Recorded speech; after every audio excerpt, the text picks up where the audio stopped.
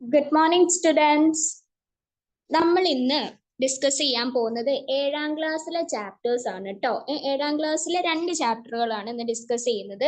അതായത് ഒന്ന് 13ാമത്തെ ചാപ്റ്ററും ഒന്ന് 1ാമത്തെ ചാപ്റ്ററും. 13, 1 ഈ 2 ചാപ്റ്റേഴ്സ് ആണ് നമ്മൾ ഇന്ന് ഡിസ്കസ് ചെയ്യുന്നത്. ആദ്യം തന്നെ നമുക്ക് 13ാമത്തെ ചാപ്റ്ററിലേക്ക് കിടക്കാം. എന്താന്ന് വെച്ച് കഴിഞ്ഞാല് 1ാമത്തെ ചാപ്റ്ററിനെക്കാട്ടിലും ഏറ്റവും ഇമ്പോർട്ടന്റ് 13ാമത്തെ ചാപ്റ്റർ തന്നെയാണ്. അതുകൊണ്ട് 13ാമത്തെ ചാപ്റ്ററിലേക്ക് പോയതിനു ശേഷം നമുക്ക് ഫസ്റ്റ് ചാപ്റ്ററിലേക്ക് പോവാട്ടോ. അപ്പൊ 13ാമത്തെ ചാപ്റ്റർ എന്ന് പറയുന്നത് ഏതാണെന്നറിയോ? ഇന്ത്യയിലൂടെ. ഇന്ത്യയിലൂടെ എന്ന് പറയുന്നതാണ് 13ാമത്തെ 7th സ്റ്റാൻഡേർഡുകാരുടെ ചാപ്റ്റർ എന്ന് പറയുന്നത്.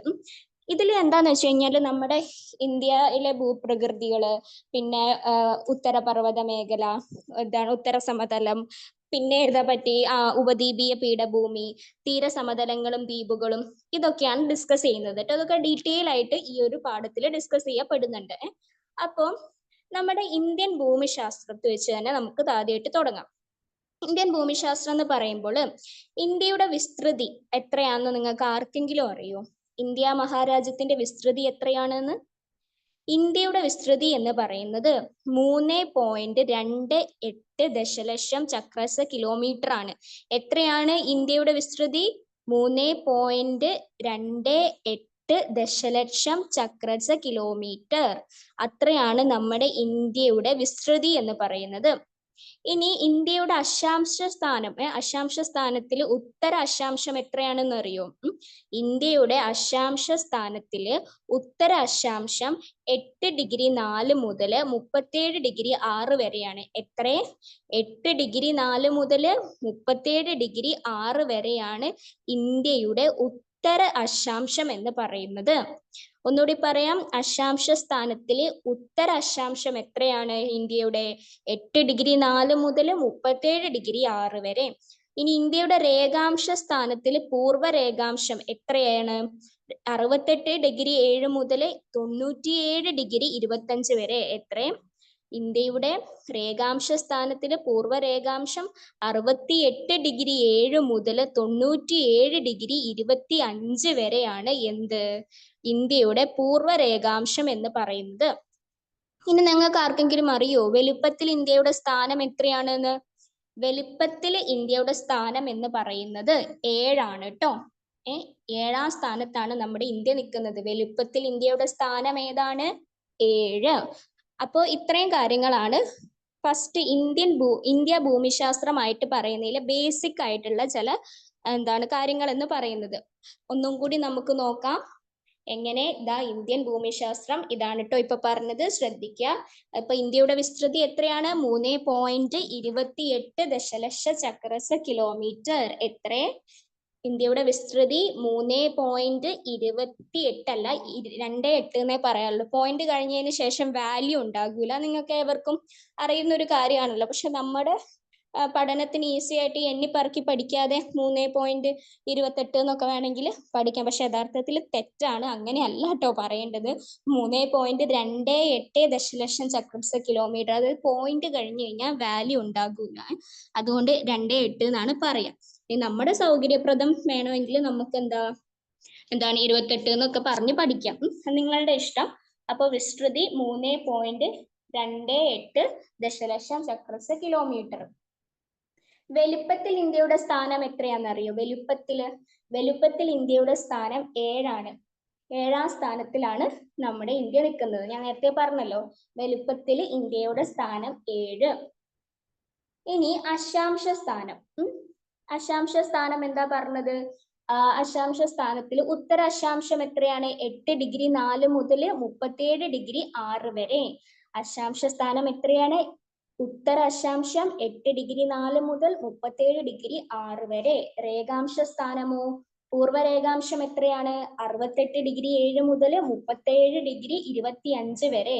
എത്രയാണ് രേഖാംശ സ്ഥാനത്തിൽ പൂർവ്വ രേഖാംശം? 68°7 മുതൽ 37°25 വരെ. ഇനി ഇന്ത്യയുടെ ഭൂപ്രകൃതി നമുക്ക് ഡിസ്കസ് ചെയ്യാം. ഇന്ത്യയുടെ ഭൂപ്രകൃതി എന്ന് പറയുമ്പോഴേ, ഭൂപ്രകൃതിയുടെ സവിശേഷത അനുസരിച്ച് ഇന്ത്യയെ പല മേഖലകളായി തിരിച്ചിരിക്കുന്നു. എങ്ങനെ? ഭൂപ്രകൃതിയുടെ സവിശേഷത അനുസരിച്ച് ഇന്ത്യയെ പല മേഖലകളായി തിരിച്ചിരിക്കുന്നു. ഏതൊക്കെയാണ് ആ മേഖലകള്? ഉത്തരപർവ്വത മേഖല, ഉത്തര മഹാസമതലം, ഉപദ്വീപീയ പീഠഭൂമി, തീരസമതലങ്ങളും ദ്വീപുകളും. എന്തൊക്കെയാണ്? ഭൂപ്രകൃതിയുടെ സവിശേഷത അനുസരിച്ച് ഇന്ത്യയെ പല മേഖലകളായി തിരിച്ചിരിക്കുന്നു. ഏതൊക്കെയാണ് ആ മേഖലകള്? ഉത്തരപർവ്വത മേഖല, ഉത്തര മഹാസമതലം, ഉപദ്വീപീയ പീഠഭൂമി, തീരസമതലങ്ങളും ദ്വീപുകളും. ഈ പറഞ്ഞ ഈ 4 മേഖലകളും നമുക്ക് ഡീറ്റെയിൽ ആയിട്ട് പഠിക്കാനുണ്ട് കേട്ടോ. അതിൽ ഫസ്റ്റ് തന്നെ നമുക്ക് ഏതിലേക്ക് പോകണം? ഉത്തരപർവ്വത മേഖലകളിലേക്ക് നമുക്ക് പോകണം. എന്താണ് അവിടുത്തെ സവിശേഷതകൾ, എന്താണ് അവിടുത്തെ പ്രത്യേകതകൾ എന്നുള്ളതൊക്കെ നമുക്ക് പഠിക്കേണ്ടതായിട്ടുണ്ട്. അതിൽ ഉത്തരപർവ്വത മേഖല സ്ഥിതി ചെയ്യുന്നത് എവിടെയാണെന്ന് അറിയോ? ആർക്കെങ്കിലും അറിയോ ഉത്തരപർവ്വത മേഖല സ്ഥിതി ചെയ്യുന്നത് എവിടെയാണെന്ന്? ഉത്തരപർവ്വത മേഖല സ്ഥിതി ചെയ്യുന്നത് ഇന്ത്യയുടെ, ഞാൻ ഈ പറയുന്ന സമയത്തില്ലേ, നിങ്ങൾ വേണമെങ്കിൽ ഒരു ഗ്രാഫ് എടുത്തിട്ട് അല്ലെങ്കിൽ ഒരു പേപ്പർ എടുത്തിട്ട് എന്താണ് വടക്ക്, തെക്ക്, കിഴക്ക്, പടിഞ്ഞാറ് എന്നൊന്ന് ജസ്റ്റ് ഒന്ന് മാർക്ക് ചെയ്ത് വെച്ചോട്ടോ. അത് പറയുന്ന സമയത്ത് അപ്പൊ നിങ്ങൾക്ക് എന്താ അതൊന്ന് വരച്ച് കണക്ട് ചെയ്ത് പഠിക്കാം. എവിടെയാണ് ഈ ഉത്തരപർവ്വത മേഖല കിടക്കുന്നതെന്നുള്ളത്. അപ്പൊ ഒന്ന് ശ്രദ്ധിക്കുക. എവിടെയാന്ന് വെച്ചാൽ ഇന്ത്യയുടെ വടക്ക് പടിഞ്ഞാറ്, ഇന്ത്യയുടെ വടക്ക് പടിഞ്ഞാറ് ജമ്മു കാശ്മീർ മുതൽ, എവിടെയാണ്? ഇന്ത്യയുടെ വടക്ക് പടിഞ്ഞാറ്. വടക്ക് പടിഞ്ഞാറ് എന്ന് പറയുമ്പോൾ ഗ്രാഫിൽ ജസ്റ്റ് ഒന്ന് അടയാളപ്പെടുത്തി നോക്കുക. ഇന്ത്യയുടെ വടക്ക് പടിഞ്ഞാറ് ജമ്മു കാശ്മീർ മുതൽ വടക്കു കിഴക്ക് അരുണാചൽ പ്രദേശ് വരെ. എവിടെയാണ്?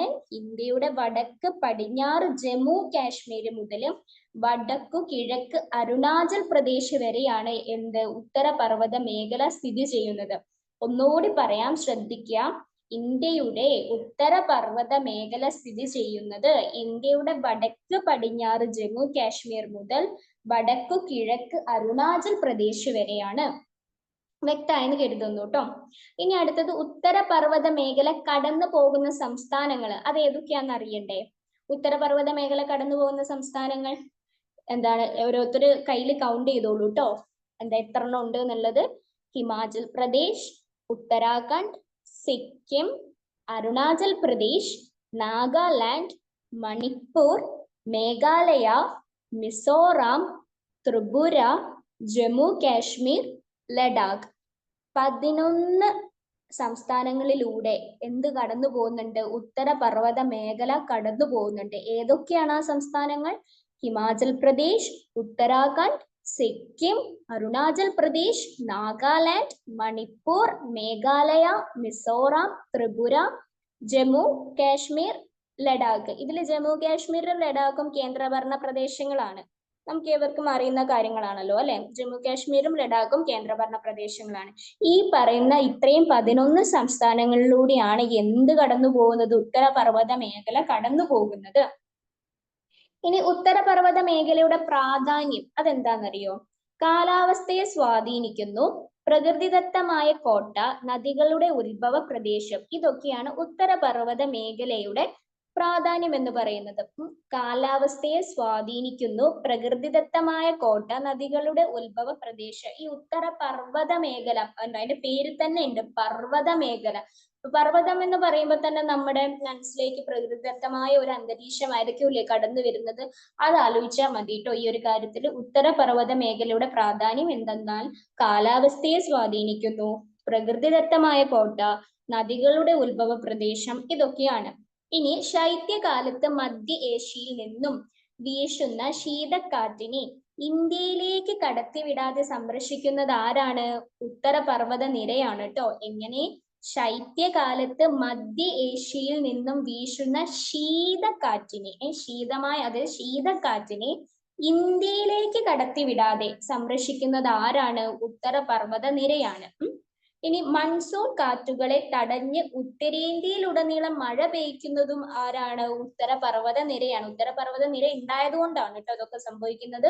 മൺസൂൺ കാറ്റുകളെ തടഞ്ഞ് ഉത്തരേന്ത്യയിൽ ഉടനീളം മഴ പെയ്യ്ക്കുന്നതും ആരാ? ഉത്തരപർവ്വത നിരയാണ്. പുരാതന കാലം മുതൽക്കു തന്നെ വടക്കു പടിഞ്ഞാറു നിന്നുള്ള ആക്രമണങ്ങളിൽ നിന്നും ഒരു പരിധി വരെ നമ്മെ സംരക്ഷിക്കുന്നത് ഈ ഉത്തരപർവ്വത നിരയാണ് കേട്ടോ. പുരാതന കാലം മുതൽക്കു തന്നെ വടക്കു പടിഞ്ഞാറു നിന്നുള്ള ആക്രമണങ്ങളിൽ നിന്നും ഒരു പരിധി വരെ നമ്മെ സംരക്ഷിച്ചുകൊണ്ട് പോകുന്നത് ഉത്തരപർവ്വത നിരയാണെന്ന് മനസ്സിലാക്കുക. പിന്നെ സിന്ധു, ഗംഗ, ബ്രഹ്മപുത്ര എന്നീ നദികളും അവയുടെ നിരവധിയായ പോഷക നദികളും ഉത്ഭവിക്കുന്നത് എവിടെ നിന്നാണ്? ഈ പറയുന്ന ഉത്തരപർവ്വത നിരയിൽ നിന്നാണ്. എവിടെ നിന്നാണ്? സിന്ധു, ഗംഗ, ബ്രഹ്മപുത്ര എന്നീ 3 നദികളും അതിന്റെ പോഷക നദികളും ഉത്ഭവിക്കുന്നത് ഉത്തരപർവ്വത നിരയിൽ നിന്നാണ്. അപ്പൊ ഇത്രയുമാണ് ഉത്തരപർവ്വത നിരയുടെ ഇമ്പോർട്ടന്റ് ആയിട്ടുള്ള ഫാക്ട്സ് എന്ന് പറയുന്നത്. അവർക്ക് മനസ്സിലായി എന്ന് വിചാരിക്കുന്നു. അപ്പൊ നമുക്ക് ഒന്നുകൂടി നോക്കാം. ഇന്ത്യൻ ഭൂപ്രകൃതി എങ്ങനെയാണ്? ഭൂപ്രകൃതിയുടെ സവിശേഷത അനുസരിച്ച് ഇന്ത്യയെ പല മേഖലകളായി തിരിച്ചിരിക്കുന്നു. എന്താ ഇവിടെ പറഞ്ഞിരിക്കുന്നേ? ഭൂപ്രകൃതിയുടെ സവിശേഷത അനുസരിച്ച് ഇന്ത്യയെ പല മേഖലകളായി തിരിച്ചിരിക്കുന്നു. 1 ഉത്തരപർവ്വത മേഖല, 2 ഉത്തര മഹാസമതലം, 3 എന്താ? ഉപദ്വീപീയ പീഠഭൂമി, 4 തീരസമതലങ്ങളും ദ്വീപുകളും. ഇപ്പൊ നമ്മൾ പറഞ്ഞ കാര്യം. ഇനി അതിൽ ഉത്തരപർവ്വത മേഖല നമുക്ക് ഇപ്പൊ ഡിസ്കസ് ചെയ്ത കാര്യങ്ങൾ ഒന്നും കൂടി ഒന്ന് നോക്കാം. ഉത്തരപർവ്വത മേഖല എന്താണ്? ഉത്തരപർവ്വത മേഖല സ്ഥിതി ചെയ്യുന്നത് ഇന്ത്യയുടെ വടക്ക് പടിഞ്ഞാറ് ജമ്മു കാശ്മീർ മുതൽ വടക്കു കിഴക്ക് അരുണാചൽ പ്രദേശ് വരെയാണ്. ഉത്തരപർവ്വത മേഖല കടന്നു പോകുന്ന സംസ്ഥാനങ്ങൾ ഏതാ? 11 സംസ്ഥാനങ്ങളുണ്ട്. ഏതൊക്കെയാണവ? ഹിമാചൽ പ്രദേശ്, ഉത്തരാഖണ്ഡ്, സിക്കിം, അരുണാചൽ പ്രദേശ്, നാഗാലാൻഡ്, മണിപ്പൂർ, മേഘാലയ, മിസോറാം, ത്രിപുര, ജമ്മു കാശ്മീർ, ലഡാക്ക്. ഇതിൽ ജമ്മു കാശ്മീരും ലഡാക്കും കേന്ദ്രഭരണ പ്രദേശങ്ങളാണ്. ഉത്തരപർവ്വത മേഖലയുടെ പ്രാധാന്യം എന്താണ്? ഉത്തരപർവ്വത മേഖലയുടെ പ്രാധാന്യം കാലാവസ്ഥയെ സ്വാധീനിക്കുന്നു, പ്രകൃതിദത്തമായ കോട്ട, നദികളുടെ ഉത്ഭവ പ്രദേശം. ഇതൊക്കെയാണ് ഉത്തരപർവ്വത മേഖലയുടെ പ്രാധാന്യം എന്ന് പറയുന്നത്. ശൈത്യകാലത്ത് മധ്യ ഏഷ്യയിൽ നിന്നും വീശുന്ന ശീതക്കാറ്റിനെ ഇന്ത്യയിലേക്ക് കടത്തിവിടാതെ സംരക്ഷിക്കുന്നത്, അതേപോലെ തന്നെ മൺസൂൺ കാറ്റുകളെ തടഞ്ഞ് ഉത്തരേന്ത്യയിലുടനീളം മഴ പെയ്യുന്നത്, പുരാതന കാലം മുതൽക്ക് തന്നെ വടക്കു പടിഞ്ഞാറ് നിന്നുള്ള ആക്രമണങ്ങളിൽ നിന്ന് ഒരു പരിധി വരെ നമ്മെ സംരക്ഷിക്കുന്നത് സിന്ധു, ഗംഗ, ബ്രഹ്മപുത്ര എന്നീ നദികളും അവയുടെ നിരവധിയായ പോഷക നദിയും ഉത്ഭവിക്കുന്നതും എവിടെ നിന്നാണ്? ഉത്തരപർവ്വത നിരകളിൽ നിന്നാണ്. ഇത്രയും ഫാക്ട്സിന്റെ ഒരൊറ്റ ഉത്തരമാണ് എന്ത്? ഉത്തരപർവ്വത മേഖല എന്ന് പറയുന്നത് ട്ടോ. അപ്പോ അത് കഴിഞ്ഞു. ഇനി നമുക്ക് അടുത്തത് ഹിമാലയത്തെ പറ്റിയിട്ട് ഡിസ്കസ് ചെയ്യാം. ഹിമാലയം ഏവരും കേട്ടിട്ടുണ്ടാവും അല്ലെ? ഹിമാലയൻ മലനിരകൾ, ഹിമാലയം എന്നൊക്കെ ഉള്ളത് അല്ലെ? നമ്മൾ ആരായാലും ജീവിതത്തിൽ ഒരു തവണ പോകണം എന്ന് ആഗ്രഹിക്കുന്ന ഒരിടമൊക്കെ തന്നെയായിരിക്കും ഹിമാലയം എന്ന് പറയുന്നത്. നമുക്ക് നോക്കാം ഹിമാലയം എവിടെയാണ് സ്ഥിതി ചെയ്യുന്നത്. ഹിമാലയ നിരകൾ സ്ഥിതി ചെയ്യുന്നത് ഉത്തരപർവ്വത മേഖലയിലാണ്. സ്വാഭാവികമായിട്ട് നമ്മൾ ഈ ഉത്തരപർവ്വത മേഖലയുടെ സവിശേഷതകൾ, അതിൽ സവിശേഷതകളല്ല പ്രാധാന്യത്തെ കുറിച്ച് പഠിച്ചപ്പോൾ അവിടെ ഒരു 3 പോയിന്റ് പറഞ്ഞു. എന്തൊക്കെയായിരുന്നു? കാലാവസ്ഥയെ സ്വാധീനിക്കുന്നു, പ്രകൃതിദത്തമായ കോട്ട, നദികളുടെ ഉത്ഭവ പ്രദേശം എന്നൊക്കെ പറഞ്ഞിരുന്നു അല്ലെ? അപ്പൊ അതേപോലെ എന്താണ് ഹിമാലയം ഹിമാലയ നിരകൾ സ്ഥിതി ചെയ്യുന്നത് എവിടെയാണ്? ഉത്തരപർവ്വത മേഖലയിലാണ്. ഹിമാലയ പർവ്വത നിരയുടെ നീളം എത്രയാണെന്നറിയോ? നിങ്ങൾക്ക് ആർക്കെങ്കിലും അറിയോ ഹിമാലയൻ പർവ്വത നിരയുടെ നീളം? ഏകദേശം 2400 കിലോമീറ്ററോളം വരുന്നുണ്ട് കേട്ടോ. ഹിമാലയ പർവ്വത നിര നോട്ട് ചെയ്യുക. ഏകദേശം 2400 കിലോമീറ്ററോളം ഹിമാലയ പർവ്വത നിരയുടെ നീളം വരുന്നുണ്ട്. ഇനി ഹിമാലയ നിരകളിലെ ഏറ്റവും ഉയരം കൂടിയ കൊടുമുടി നമുക്ക് ഏവർക്കും അറിയാം, എവറസ്റ്റ് കൊടുമുടിയാണ്. ഹിമാലയൻ നിരകളിലെ ഏറ്റവും ഉയരം കൂടിയ കൊടുമുടി ഏതാണ്? എവറസ്റ്റ് കൊടുമുടി. എവറസ്റ്റ് കൊടുമുടി സ്ഥിതി ചെയ്യുന്നതോ നേപ്പാളിലാണ് കേട്ടോ. എവറസ്റ്റ് കൊടുമുടി സ്ഥിതി ചെയ്യുന്നത് നേപ്പാളിലാണ്. പലവർക്കും ഒരു കൺഫ്യൂഷൻ ഉണ്ടാവും, എവറസ്റ്റ് ഇന്ത്യയിലാണോ നേപ്പാളിലാണോ ചൈനയിലാണോ എന്നൊക്കെ ഉള്ളത്. അത് നേപ്പാളിലാണെന്ന് കൃത്യമായിട്ട് മനസ്സിലാക്കുക. ഇനി ഹിമാലയ നിരകളിലെ മറ്റു കൊടുമുടികൾ ഏതൊക്കെയാണെന്നറിയോ? പ്രധാനപ്പെട്ട മറ്റു കൊടുമുടികൾ കാഞ്ചൻജംഗ, നന്ദാദേവി തുടങ്ങിയവയാണ് ഹിമാലയ നിരകളിലെ മറ്റു കൊടുമുടികൾ എന്ന് പറയുന്നത്. ഏതൊക്കെ? കാഞ്ചൻജംഗ, നന്ദാദേവി എന്നൊക്കെ പറയുന്ന കൊടുമുടികൾ. ഹിമാലയ പർവ്വത നിരകളിൽ നിന്നും ഉത്ഭവിക്കുന്ന നദികൾ ഏതൊക്കെയാ? സിന്ധു, ഗംഗ, ബ്രഹ്മപുത്ര. ഇത് 3ഉമാണ് ഹിമാലയ പർവ്വത നിരകളിൽ നിന്നും ഉത്ഭവിക്കുന്ന നദികൾ എന്ന് പറയുന്നത്. സിന്ധു, ഗംഗ, ബ്രഹ്മപുത്ര. ഹിമാലയത്തിലെ മഞ്ഞ് മൂടിയ പർവ്വത നിരകൾക്ക് തൊട്ട് തെക്കു ഭാഗത്ത് തണുപ്പിന്റെ തീവ്രത കൂടുതലായിരിക്കോ കുറവായിരിക്കോ? ആർക്കെങ്കിലും പറയാൻ പറ്റുമോ? ഹിമാലയത്തിലെ മഞ്ഞ് മൂടിയ പർവ്വത നിരകൾക്ക് തൊട്ട് തെക്കു ഭാഗത്ത് തണുപ്പിന്റെ തീവ്രത കൂടുതലാണോ കുറവാണോ? കുറവാണ് കേട്ടോ.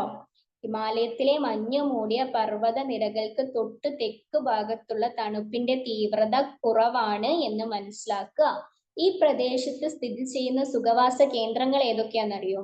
സിംല, ഡാർജിലിംഗ്, കുളു, മനാലി, ഇതൊക്കെയാണ് ഈ പ്രദേശത്ത് സ്ഥിതി ചെയ്യുന്ന സുഖവാസ കേന്ദ്രങ്ങൾ എന്ന് പറയുന്നത്. ഏതൊക്കെയാണ്? സിംല, ഡാർജിലിംഗ്, കുളു, മനാലി എന്നൊക്കെ പറയുന്നത്. ഇപ്പോ കഴിഞ്ഞ 2 വർഷങ്ങളൊക്കെ ആയിട്ട് കോളേജ് ടൂറും സ്കൂൾ ടൂറുകളും ഒക്കെ അധികവും ഈ മണാലി എന്ന് പറയുന്ന സ്ഥലത്തേക്കാണ് സ്റ്റുഡൻസ് പോയിക്കൊണ്ടിരിക്കുന്നത്. അപ്പൊ അറിയാലോ, അത്രയ്ക്കും പ്രകൃതിദത്തമായ ഒരു അന്തരീക്ഷവും പിന്നെ മഞ്ഞ് മൂടിക്കിടക്കുന്ന ഒരു പ്രദേശവും ഒക്കെ ആയതുകൊണ്ട് ഏവരും ഒരു പരിധി വരെ തിരഞ്ഞെടുക്കുന്ന ടൂറിസ്റ്റ് സ്പോട്ടാണ്. മാത്രമല്ല സുഖവാസ കേന്ദ്രം കൂടെ ആയതിനാല്. ഇനി ഹിമാലയൻ മേഖലയിലെ പ്രധാന കൃഷി ഇനങ്ങൾ അത് ഏതൊക്കെയാണെന്നറിയോ? ഉരുളക്കിഴങ്ങ്, ബാർലി, കുങ്കുമപ്പൂ ഉൾപ്പെടെ മറ്റു പലതരം പൂക്കൾ, ആപ്പിൾ, ഓറഞ്ച്, തേയില. എന്ത് രസമാണല്ലേ കേൾക്കുമ്പോൾ തന്നെ. ഹിമാലയ മേഖലയിലെ പ്രധാന കൃഷി ഇനങ്ങളാണ് ഉരുളക്കിഴങ്ങ്, ബാർലി, കുങ്കുമപ്പൂ ഉൾപ്പെടെ മറ്റു പലതരം പൂക്കൾ, ആപ്പിൾ, ഓറഞ്ച്, തേയില. ഇതൊക്കെയാണ് ഹിമാലയ മേഖലയിലെ പ്രധാന കൃഷി ഇനങ്ങൾ എന്ന് പറയുന്നത്. ഹിമാലയ നിരകളുടെ ഏറ്റവും തെക്ക് ഭാഗത്ത് സ്ഥിതി ചെയ്യുന്ന കുന്നുകളുടെ ഉയരം കുറവായിരിക്കോ കൂടുതലായിരിക്കോ? ഹിമാലയ നിരകളുടെ ഏറ്റവും തെക്ക് ഭാഗത്ത് സ്ഥിതി ചെയ്യുന്ന കുന്നുകളുടെ ഉയരം കുറവാണ് എന്ന് മനസ്സിലാക്കണം. ഹിമാലയ നിരകളുടെ ഏറ്റവും തെക്ക് ഭാഗത്ത് സ്ഥിതി ചെയ്യുന്ന കുന്നുകളുടെ ഉയരം കുറവാണ്. ഉത്തരപർവ്വത മേഖലയിൽ ഏറ്റവും ജനസാന്ദ്രത കൂടിയ മേഖല ഏതാണെന്നറിയോ ആർക്കെങ്കിലും? ഉത്തരപർവ്വത മേഖലയിൽ ഏറ്റവും ജനസാന്ദ്രത കൂടിയ മേഖല ഹിമാലയൻ നിരകളുടെ ഏറ്റവും തെക്കു ഭാഗത്ത് ഉത്തരപർവ്വത മേഖലയിൽ ജനസാന്ദ്രത കൂടുതലാണ് കേട്ടോ. എങ്ങനെ? ഉത്തരപർവ്വത മേഖലയിൽ ഏറ്റവും ജനസാന്ദ്രത കൂടിയ മേഖല ഹിമാലയൻ നിരകളുടെ ഏറ്റവും തെക്കു ഭാഗമാണ്. മഞ്ഞു മൂടിയ ഹിമാലയ നിരകളിൽ നിന്നും ഉത്ഭവിക്കുന്ന നദികൾ ഒഴുക്കിക്കൊണ്ടുവരുന്ന മണൽ, ചെളി, ഉരുളൻകല്ലുകൾ എന്നിവയുടെ കനത്ത നിക്ഷേപങ്ങൾ നിറഞ്ഞ താഴ്വര മേഖല ഏതാണ്? ഹിമാലയ നിരകളുടെ ഏറ്റവും തെക്കു ഭാഗമാണ്. എങ്ങനെ? മഞ്ഞു മൂടിയ ഹിമാലയ നിരകളിൽ നിന്നും ഉത്ഭവിക്കുന്ന നദികൾ ഒഴുക്കിക്കൊണ്ടുവരുന്ന മണൽ, ചെളി, ഉരുളൻകല്ലുകൾ എന്നിവയുടെ കനത്ത നിക്ഷേപങ്ങൾ നിറഞ്ഞ താഴ്വര മേഖല ഏതാണ്? ഹിമാലയ നിരകളുടെ ഏറ്റവും തെക്കു ഭാഗമാണ്. ഇനി ഉത്തര മഹാസമതലത്തെ പറ്റിയിട്ടാണ് നെക്സ്റ്റ് നമ്മൾ പറയുന്നത്. അതിനു മുന്നേ ഇപ്പൊ ഈ പറഞ്ഞ കാര്യം ഒന്നും കൂടി നമുക്ക് ഡിസ്കസ് ചെയ്യണം. ഹിമാലയ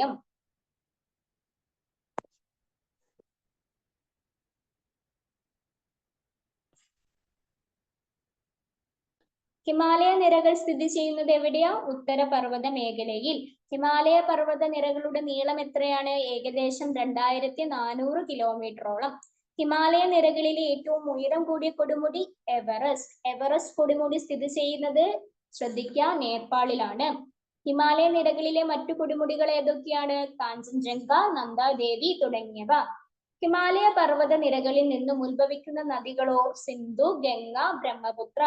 ഹിമാലയത്തിലെ മഞ്ഞു മൂടിയ പർവ്വത നിരകൾക്ക് തൊട്ടു തെക്കു ഭാഗത്ത് തണുപ്പിന്റെ തീവ്രത എങ്ങനെയാണ്? കുറവാണ്. ഈ പ്രദേശത്ത് സ്ഥിതി ചെയ്യുന്ന സുഖവാസ കേന്ദ്രങ്ങളോ? സിംല, ഡാർജിലിംഗ്, കുളു, മനാലി. മണാലി അല്ല കേട്ടോ, മനാലിയാണ്. ശ്രദ്ധിക്കണേ, പലരും മണാലി എന്നാണ് പറയുന്നത്. മനാലിയാണ്, നായാണ് കേട്ടോ, മനാലി. ഞാനത് എടുത്തു പറയാൻ കാരണം എന്താ, നമുക്ക് ഈ മലയാളത്തില് ശരിയായ പദം കണ്ടെത്തുക എന്നൊക്കെ പറഞ്ഞിട്ട് ഉണ്ടാകുമല്ലോ. അപ്പൊ ഏതാ PSC ചോദിക്കാന്നൊന്നും പറയാൻ പറ്റത്തില്ല. അപ്പൊ നമ്മൾ ഓരോന്നും പഠിക്കുന്ന സമയത്ത് ഇതേപോലുള്ള ഡിഫിക്കൽട്ട് ആയിട്ടുള്ള എന്തെങ്കിലും കൺഫ്യൂഷൻ വരുന്ന തരത്തിലുള്ള എന്തെങ്കിലും വാക്കുകൾ ഉണ്ടെങ്കിൽ ഒന്ന് എടുത്ത് പഠിക്കും. അപ്പൊ ഇവിടെ സ്വാഭാവികമായിട്ടും പലരും പറഞ്ഞ് ഞാൻ കേൾക്കുള്ളതാണ്, മണാലി പോവാ, നായാണ് യൂസ് ചെയ്യുക. പക്ഷെ നായല്ല, നായാണ്, മനാലിയാണ് കേട്ടോ. ഇനി ഹിമാലയൻ മേഖലയിലെ പ്രധാന കൃഷി ഇനങ്ങൾ ഏതൊക്കെയാണ്? ഉരുളക്കിഴങ്ങ്, ബാർലി, ആപ്പിൾ, ഓറഞ്ച്, തേയില, കുങ്കുമപ്പൂ ഉൾപ്പെടെ മറ്റു പലതരം പൂക്കൾ. ഹിമാലയ നിരകളുടെ ഏറ്റവും തെക്കു ഭാഗത്ത് സ്ഥിതി ചെയ്യുന്ന കുന്നുകളുടെ ഉയരം എങ്ങനെയാണ്? കുറവാണ്. ഉത്തരപർവ്വത മേഖലയിൽ ഏറ്റവും ജനസാന്ദ്രത കൂടിയ മേഖല ഏതാ? ഹിമാലയ നിരകളുടെ ഏറ്റവും തെക്കു ഭാഗമാണ്. മഞ്ഞു മൂടിയ ഹിമാലയ നിരകളിൽ നിന്നും ഉത്ഭവിക്കുന്ന നദികൾ ഒഴുക്കിക്കൊണ്ടുവരുന്ന മണൽ, ചെളി, ഉരുളൻകല്ലുകൾ ഉരുളൻകല്ലുകൾ എന്നിവയുടെ കനത്ത നിക്ഷേപങ്ങൾ നിറഞ്ഞ താഴ്വര മേഖല ഏതാണ്? ഹിമാലയൻ നിരകളുടെ ഏറ്റവും തെക്കുഭാഗമാണ്. അപ്പോൾ ഇത്രയും കാര്യങ്ങളാണ് എന്ത് ഹിമാലയത്തെ പറ്റിയിട്ട് ഉള്ളത്. ഇനി നമുക്ക് ഉത്തര മഹാസമതലത്തെ കുറിച്ചാണ് പഠിക്കാനുള്ളത് കേട്ടോ. ഉത്തര മഹാസമതലം എന്താണ്? ഉത്തര മഹാസമതലം സിന്ധു, ഗംഗ, ബ്രഹ്മപുത്ര എന്നീ നദികളും അവയുടെ പോഷക നദികളും ഒഴുകിക്കൊണ്ടുവന്ന എക്കൽ മണ്ണ് നിക്ഷേപിക്കപ്പെട്ട് രൂപം കൊണ്ട സമതലമാണ് എന്ത്? ഉത്തര മഹാസമതലം. ഈ സിന്ധു, ഗംഗ, ബ്രഹ്മപുത്ര എവിടെ നിന്നാണ് ഉത്ഭവിക്കുന്നത്? അത് നമ്മൾ പറഞ്ഞു, ഹിമാലയ പർവ്വത നിരകളിൽ നിന്നാണ് അത് ഉത്ഭവിക്കുന്നത്. ഈ പറഞ്ഞ ഹിമാലയ പർവ്വത നിരകളിൽ നിന്ന് ഉത്ഭവിക്കുന്ന ഈ 3 നദികളും അവയുടെ പോഷക നദികളും ഒഴുക്കിക്കൊണ്ടുവന്ന എക്കൽ മണ്ണ് നിക്ഷേപിക്കപ്പെട്ട് രൂപം കൊണ്ട സമതലമാണ് എന്ത്? ഉത്തര മഹാസമതലം എന്ന് പറയുന്നത്. ഉത്തര മഹാസമതലത്തിൽ സ്ഥിതി ചെയ്യുന്ന സംസ്ഥാനങ്ങൾ എത്രയുണ്ടെന്ന് കൗണ്ട് ചെയ്തോളൂ. ഞാൻ ഓരോന്ന് പറയാം. രാജസ്ഥാൻ, പഞ്ചാബ്, ഹരിയാന, ഉത്തർപ്രദേശ്, ബീഹാർ, പശ്ചിമ ബംഗാൾ. 6 സംസ്ഥാനങ്ങളുണ്ട് എന്ത്? ഉത്തര മഹാസമതലത്തിൽ സ്ഥിതി ചെയ്യുന്ന സംസ്ഥാനങ്ങൾ ഏതൊക്കെയാണ്? രാജസ്ഥാൻ, പഞ്ചാബ്, ഹരിയാന, ഉത്തർപ്രദേശ്, ബീഹാർ, പശ്ചിമ ബംഗാൾ. ഇതെല്ലാം. ഇനി സിന്ധു, ഗംഗ, ബ്രഹ്മപുത്ര സമതലം എന്ന പേരിൽ അറിയപ്പെടുന്നതും ഏതാണ്? ഉത്തര സമതലം. അങ്ങനെ അറിയപ്പെടാൻ കാരണം എന്താണ്? നമ്മൾ പറഞ്ഞല്ലോ, ഈ സിന്ധു, ഗംഗ, ബ്രഹ്മപുത്ര എന്നീ 3 നദികളും അവയുടെ പോഷക നദികളും ഒഴുക്കിക്കൊണ്ട് വന്ന എക്കൽ മണ്ണ് നിക്ഷേപിച്ചിട്ടാണ് എന്തുണ്ടായത്? ഈ ഉത്തര മഹാസമതലം ഉണ്ടായത്. അപ്പൊ അതുകൊണ്ട് തന്നെ സിന്ധു, ഗംഗ, ബ്രഹ്മപുത്ര സമതലം എന്നും അറിയപ്പെടുന്നു എന്ത്? ഉത്തര മഹാസമതലം. ഇന്ത്യയുടെ വളരെ കൂടുതൽ ജനസംഖ്യയുള്ള പ്രദേശവും ഏതാണ്? ഈ ഉത്തര മഹാസമതലമാണ്. അപ്പൊ ഇന്ത്യയിൽ ഏറ്റവും കൂടുതൽ ജനസംഖ്യയുള്ള പ്രദേശം ഉത്തര മഹാസമതലമാണ്. ഉത്തര മഹാസമതലത്തിൽ കൃഷി ചെയ്യുന്ന വിളകൾ ഏതൊക്കെയാണ്? ഗോതമ്പ്, ചോളം, നെല്ല്, കരിമ്പ്, പരുത്തി, പയറുവർഗ്ഗങ്ങൾ തുടങ്ങിയവയാണ്. ഉത്തര മഹാസമതലത്തിൽ കൃഷി ചെയ്യുന്ന വിളകൾ ഏതൊക്കെയാണ്? ഗോതമ്പ്, ചോളം, നെല്ല്, കരിമ്പ്, പരുത്തി, പയറുവർഗ്ഗങ്ങൾ തുടങ്ങിയതാണ്. കൂടുതലും ഭക്ഷ്യവസ്തുക്കളൊക്കെ തന്നെയാണ് അല്ലെ. മറ്റേ അടുത്ത് ഹിമാലയ മേഖലകളാണെങ്കിൽ ഫ്രൂട്ട്സ് ഉണ്ടായിരുന്നു, പൂക്കൾ ഉണ്ടായിരുന്നു, അങ്ങനെ പലതും ഉണ്ടായിരുന്നു ഭക്ഷ്യവസ്തുക്കൾ കൂടാതെ. പക്ഷെ ഇവിടെ കൂടുതലും ഭക്ഷ്യവസ്തുക്കൾ തന്നെയാണ്. ഇനി ഇന്ത്യൻ സമ്പദ് വ്യവസ്ഥയുടെ നട്ടെല്ല് എന്നറിയപ്പെടുന്നത് ഏതാണ്? ഉത്തര മഹാസമതലമാണ്. കാരണം ഈ പറയുന്ന സാധനങ്ങളൊക്കെ കൃഷി ചെയ്യുന്നതുകൊണ്ട് തന്നെ ഇന്ത്യൻ സമ്പദ് വ്യവസ്ഥയുടെ നട്ടെല്ല് എന്നറിയപ്പെടുന്നത് ഉത്തര മഹാസമതലമാണ്. മറ്റ് ഭൂപ്രകൃതി വിഭാഗങ്ങളെ അപേക്ഷിച്ച് റെയില്, റോഡ്, കനാല് എന്നിവയുടെ ശൃംഖല ഏറ്റവും കൂടുതൽ ഉള്ളതും ഈ പറയുന്ന ഉത്തര മഹാസമതലത്തിലാണ്. എങ്ങനെ? മറ്റ് ഭൂപ്രകൃതി വിഭാഗങ്ങളെ അപേക്ഷിച്ച് റെയില്, റോഡ്, കനാലൊക്കെ ഏറ്റവും കൂടുതൽ ഉള്ളത് ഉത്തര മഹാസമതലത്തിലാണ്. അപ്പൊ എന്താണ് ഉത്തര മഹാസമതലം? സിന്ധു, ഗംഗ, ബ്രഹ്മപുത്ര എന്നീ നദികളും അവയുടെ പോഷക നദികളും ഒഴുക്കിക്കൊണ്ട് വന്ന എക്കൽ മണ്ണ് നിക്ഷേപിക്കപ്പെട്ട് രൂപം കൊണ്ട സമതലമാണ് ഉത്തര മഹാസമതലം. സിന്ധു, ഗംഗ, ബ്രഹ്മപുത്ര സമതലം എന്ന പേരിൽ അറിയപ്പെടുന്നത് ഇന്ത്യയിൽ വളരെ കൂടുതൽ ജനസംഖ്യയുള്ള പ്രദേശം, ഇന്ത്യൻ സമ്പദ് വ്യവസ്ഥയുടെ നട്ടെല്ല് എന്നറിയപ്പെടുന്നത്, മറ്റു ഭൂപ്രകൃതി വിഭാഗങ്ങളെ അപേക്ഷിച്ച് റെയില്, റോഡ്, കനാൽ എന്നിവയുടെ ശൃംഖല ഏറ്റവും കൂടുതലുള്ളത്. ഈ പറഞ്ഞ ഇത്രയും ഫാക്ട്സിനെല്ലാം ഒറ്റ ഉത്തരേ ഉള്ളൂ. ഏത്? ഉത്തര മഹാസമതലം. ഇനി ഉത്തര മഹാസമതലത്തിൽ സ്ഥിതി ചെയ്യുന്ന സംസ്ഥാനങ്ങൾ ഏതൊക്കെയാണ്? രാജസ്ഥാൻ, പഞ്ചാബ്, ഹരിയാന, ഉത്തർപ്രദേശ്, ബീഹാർ, പശ്ചിമ ബംഗാൾ. 6 സംസ്ഥാനങ്ങളോളം ഉത്തര മഹാസമതലത്തിൽ സ്ഥിതി ചെയ്യുന്നുണ്ട്. ഉത്തര മഹാസമതലത്തിൽ കൃഷി ചെയ്യുന്ന വിളകൾ ഗോതമ്പ്, ചോളം, നെല്ല്, കരിമ്പ്, പരുത്തി, പയറുവർഗ്ഗങ്ങൾ തുടങ്ങിയവ. അപ്പൊ ഇത്രയും കാര്യങ്ങളാണ് ഉത്തര മഹാസമതലത്തെ പറ്റിയിട്ടുള്ളത് കേട്ടോ. ഇനി നമുക്ക് മരുസ്ഥലി എന്ന് പറയുന്ന ഒരു സംഭവം പഠിക്കാനുണ്ട്. എന്താണ് മരുസ്ഥലി? ആർക്കെങ്കിലും അറിയോ മരുസ്ഥലി എന്താണ്? പേരൊക്കെ നല്ല രസമുണ്ടല്ലേ, മരുസ്ഥലി അല്ലേ? ഉത്തര മഹാസമതലത്തിന്റെ, ശ്രദ്ധിക്കണം, ഉത്തര മഹാസമതലത്തിന്റെ പടിഞ്ഞാറു ഭാഗത്ത് മഴ തീരെ കുറഞ്ഞ അളവിൽ മാത്രമേ ലഭിക്കുന്നുള്ളൂ. ഉത്തര മഹാസമതലത്തിന്റെ പടിഞ്ഞാറു ഭാഗത്ത് മഴ അപ്പൊ കുറവാണ് എന്നുള്ള ഒരു ഇൻഫോർമേഷൻ നമുക്കിപ്പോ കിട്ടി അല്ലെ. ഉത്തര മഹാസമതലത്തിന്റെ പടിഞ്ഞാറ് ഭാഗത്ത് മഴ തീരെ കുറഞ്ഞ അളവിൽ മാത്രമേ ലഭിക്കുള്ളൂ.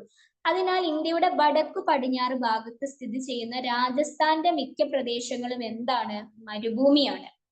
അപ്പൊ അതെന്താ ഞാൻ പറഞ്ഞു, ഉത്തര മഹാസമതലത്തിന്റെ പടിഞ്ഞാറ് ഭാഗത്ത് മഴ തീരെ കുറഞ്ഞ അളവിൽ മാത്രമേ കിട്ടുള്ളൂ. അപ്പൊ അതുകൊണ്ട് തന്നെ ഇന്ത്യയുടെ വടക്കു പടിഞ്ഞാറു ഭാഗത്ത് സ്ഥിതി ചെയ്യുന്ന രാജസ്ഥാന്റെ മിക്ക പ്രദേശങ്ങളും മരുഭൂമിയാണ്. മരുസ്ഥലി എന്നറിയപ്പെടുന്ന ഈ പ്രദേശത്ത് ജനവാസം തീരെ കുറവാണ്. സ്വാഭാവികമായിട്ടും വെള്ളമില്ലാതെ ജീവിക്കാൻ ബുദ്ധിമുട്ടാണ് അല്ലെ? അപ്പൊ അതുകൊണ്ട് തന്നെ അവിടെ ജനവാസം തീരെ കുറവാണ്. രാജസ്ഥാനിൽ കൃഷി ചെയ്യുന്ന പ്രധാന വിളകളാണ് ജോവറും ബജ്റയും. അതൊരു ഇൻഫോർമേഷൻ ആണ് കേട്ടോ. ബാക്കിയുള്ളതിനെക്കാട്ടിലും കുറച്ചും കൂടി ഇമ്പോർട്ടൻസ് നമുക്ക് കൊടുക്കേണ്ടതായിട്ടുണ്ട്. കാരണം രാജസ്ഥാനിൽ വെള്ളമില്ല. അപ്പൊ വെള്ളമില്ലാതെ നമുക്ക് നമ്മുടെയൊക്കെ ഒരു ധാരണയാണ് വെള്ളം കൂടുതൽ കിട്ടിയാലേ പല ഭക്ഷ്യവസ്തുക്കളും കൃഷി ചെയ്യാൻ സാധിക്കുകയുള്ളൂ എന്നുള്ളത്. ഒരു പരിധിവരെ അത് ശരിയുമാണ്. പല ഭക്ഷ്യവസ്തുക്കൾക്കും വെള്ളം ആവശ്യമാണ്. അപ്പോ പക്ഷെ ഈ ജോവർ ബജ്റ എന്ന് പറയുന്ന ഈ രണ്ട് ഭക്ഷ്യവസ്തുക്കൾക്ക് അതിന്റെ വളർച്ചയ്ക്ക് വെള്ളം കുറഞ്ഞ അളവിൽ മതി എന്നതുകൊണ്ടാണ് രാജസ്ഥാനിൽ ഇവ വ്യാപകമായി കൃഷി ചെയ്യുന്നത് കേട്ടോ. അപ്പോ രാജസ്ഥാനിൽ കൃഷി ചെയ്യുന്ന പ്രധാന വിളകളാണ് ഏത്? ജോവറും ബജ്റയും. അപ്പോ ഒന്നുകൂടി നമുക്ക് എന്താന്ന് മരുസ്ഥലി എന്ന് നോക്കാം.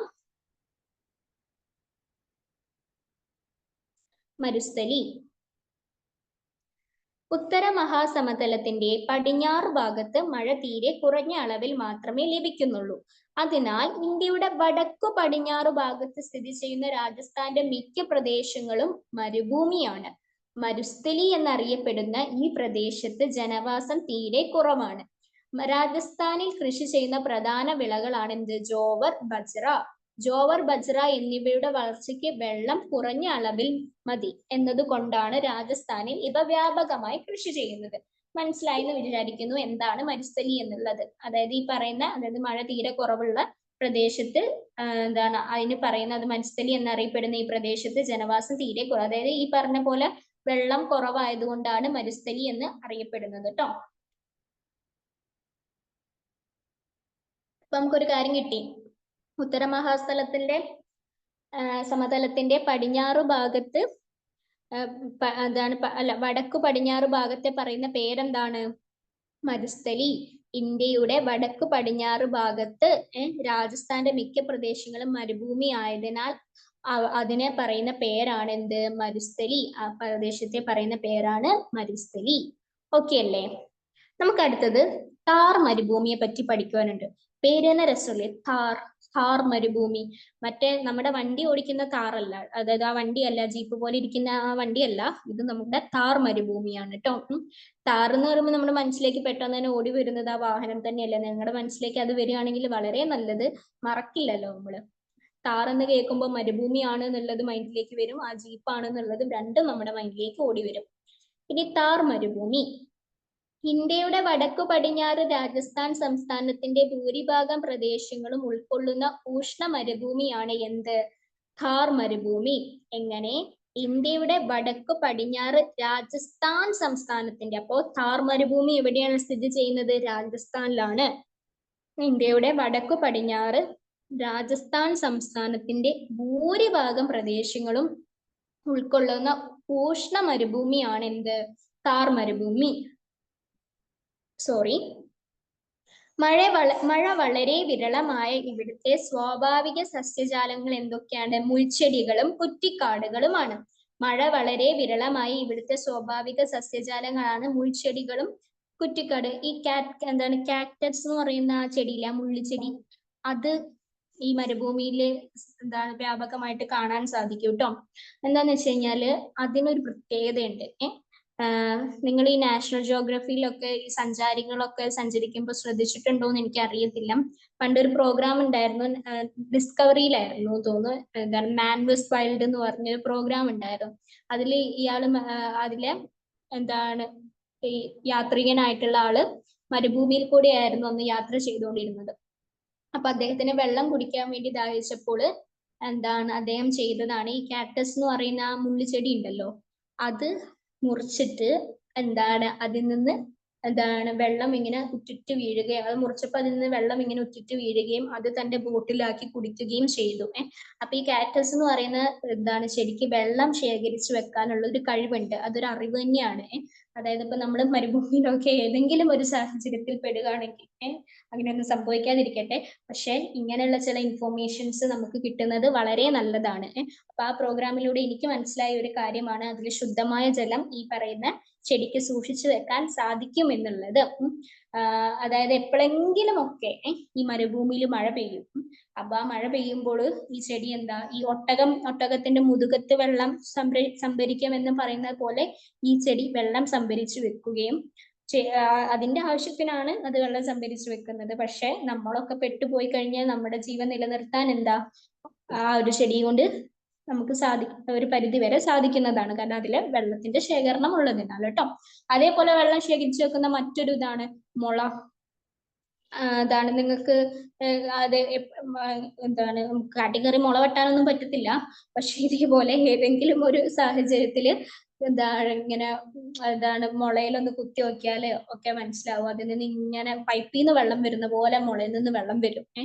എന്താണ്, അതായത് മുള വെള്ളം ശേഖരിച്ചു വെക്കുന്നതാണ്. അതിപ്പോ ഏതൊരു മരമാണെങ്കിലും നിങ്ങൾ മുറിച്ചു കഴിഞ്ഞാൽ അതിന്റെ ചോട്ടിൽ പോയി ഒന്ന് നോക്കിയാൽ മതി, ഇങ്ങനെ ഉറവ പോലെ വെള്ളം ഇങ്ങനെ ഒഴുകുന്ന കാരണം അത് ആ മരം ശേഖരിച്ചു വെച്ചത്. പക്ഷെ ഈ പറയുന്ന കാക്ടസും ഈ ബാമ്പു ഈ മുളകളൊക്കെ എന്താന്ന് വെച്ചാൽ കുറച്ചും കൂടെ കൂടുതൽ വെള്ളം ശേഖരിച്ചു വെക്കുന്ന എന്താണ് ചെടികളിൽ പെടുന്നത്, മരങ്ങളിൽ പെടുന്നവയാണ് എന്ന് മനസ്സിലാക്കാം.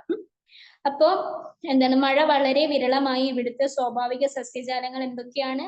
മുൾച്ചെടികള്, കുറ്റിക്കാടുകളൊക്കെ.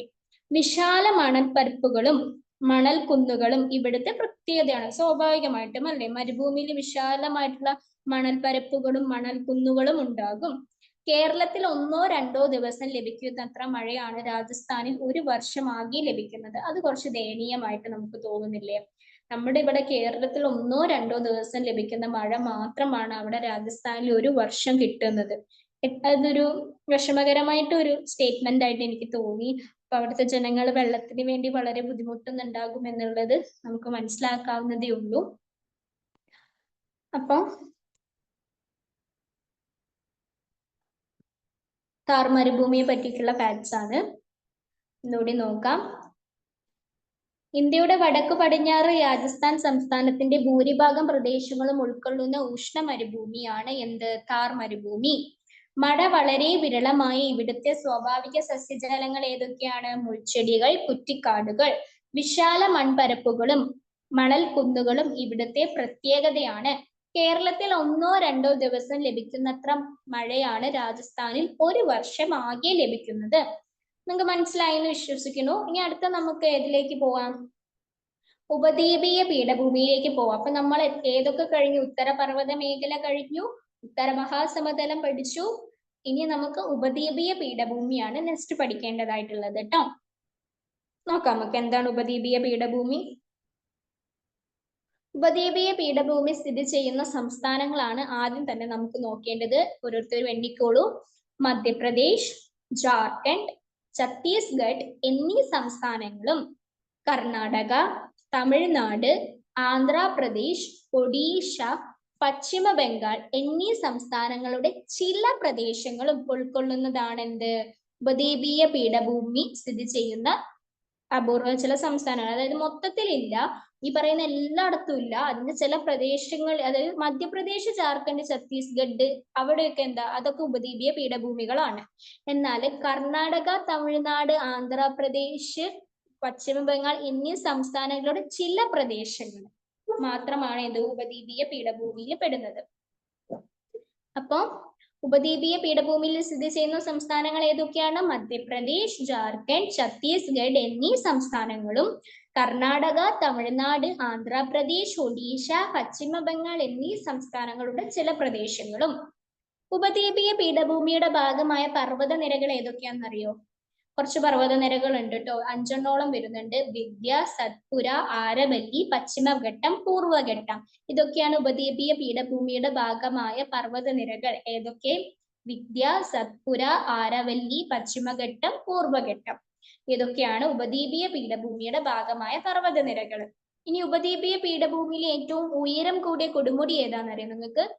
ആനമുടിയാണ്. പേര് തന്നെ ഉണ്ട് അല്ലെ. ഉപദ്വീപീയ ആന എന്ന് പറഞ്ഞ വലിയൊരു ജീവിയാണല്ലോ അല്ലെ. ഉപദ്വീപീയ പീഠഭൂമിയിലെ ഏറ്റവും ഉയരം കൂടിയ കൊടുമുടിയാണ് ആനമുടി. ഈ ആനമുടി നമ്മുടെ കേരളത്തിലാണ് എന്നുള്ളത് മനസ്സിലാക്കണേ. സ്വാഭാവികമായിട്ട് പേര് കേൾക്കുമ്പോൾ തന്നെ അറിയാലോ, നമ്മളല്ലേ ഇവിടെ ആന എന്ന് പറയുന്നത്. ആനമുടി എവിടെയാണ്? കേരളം. ഇനി ഉപദ്വീപീയ പീഠഭൂമിയിലും കൃഷികളുണ്ട്. ഏതൊക്കെ കൃഷിയാണെന്ന് അറിയോ?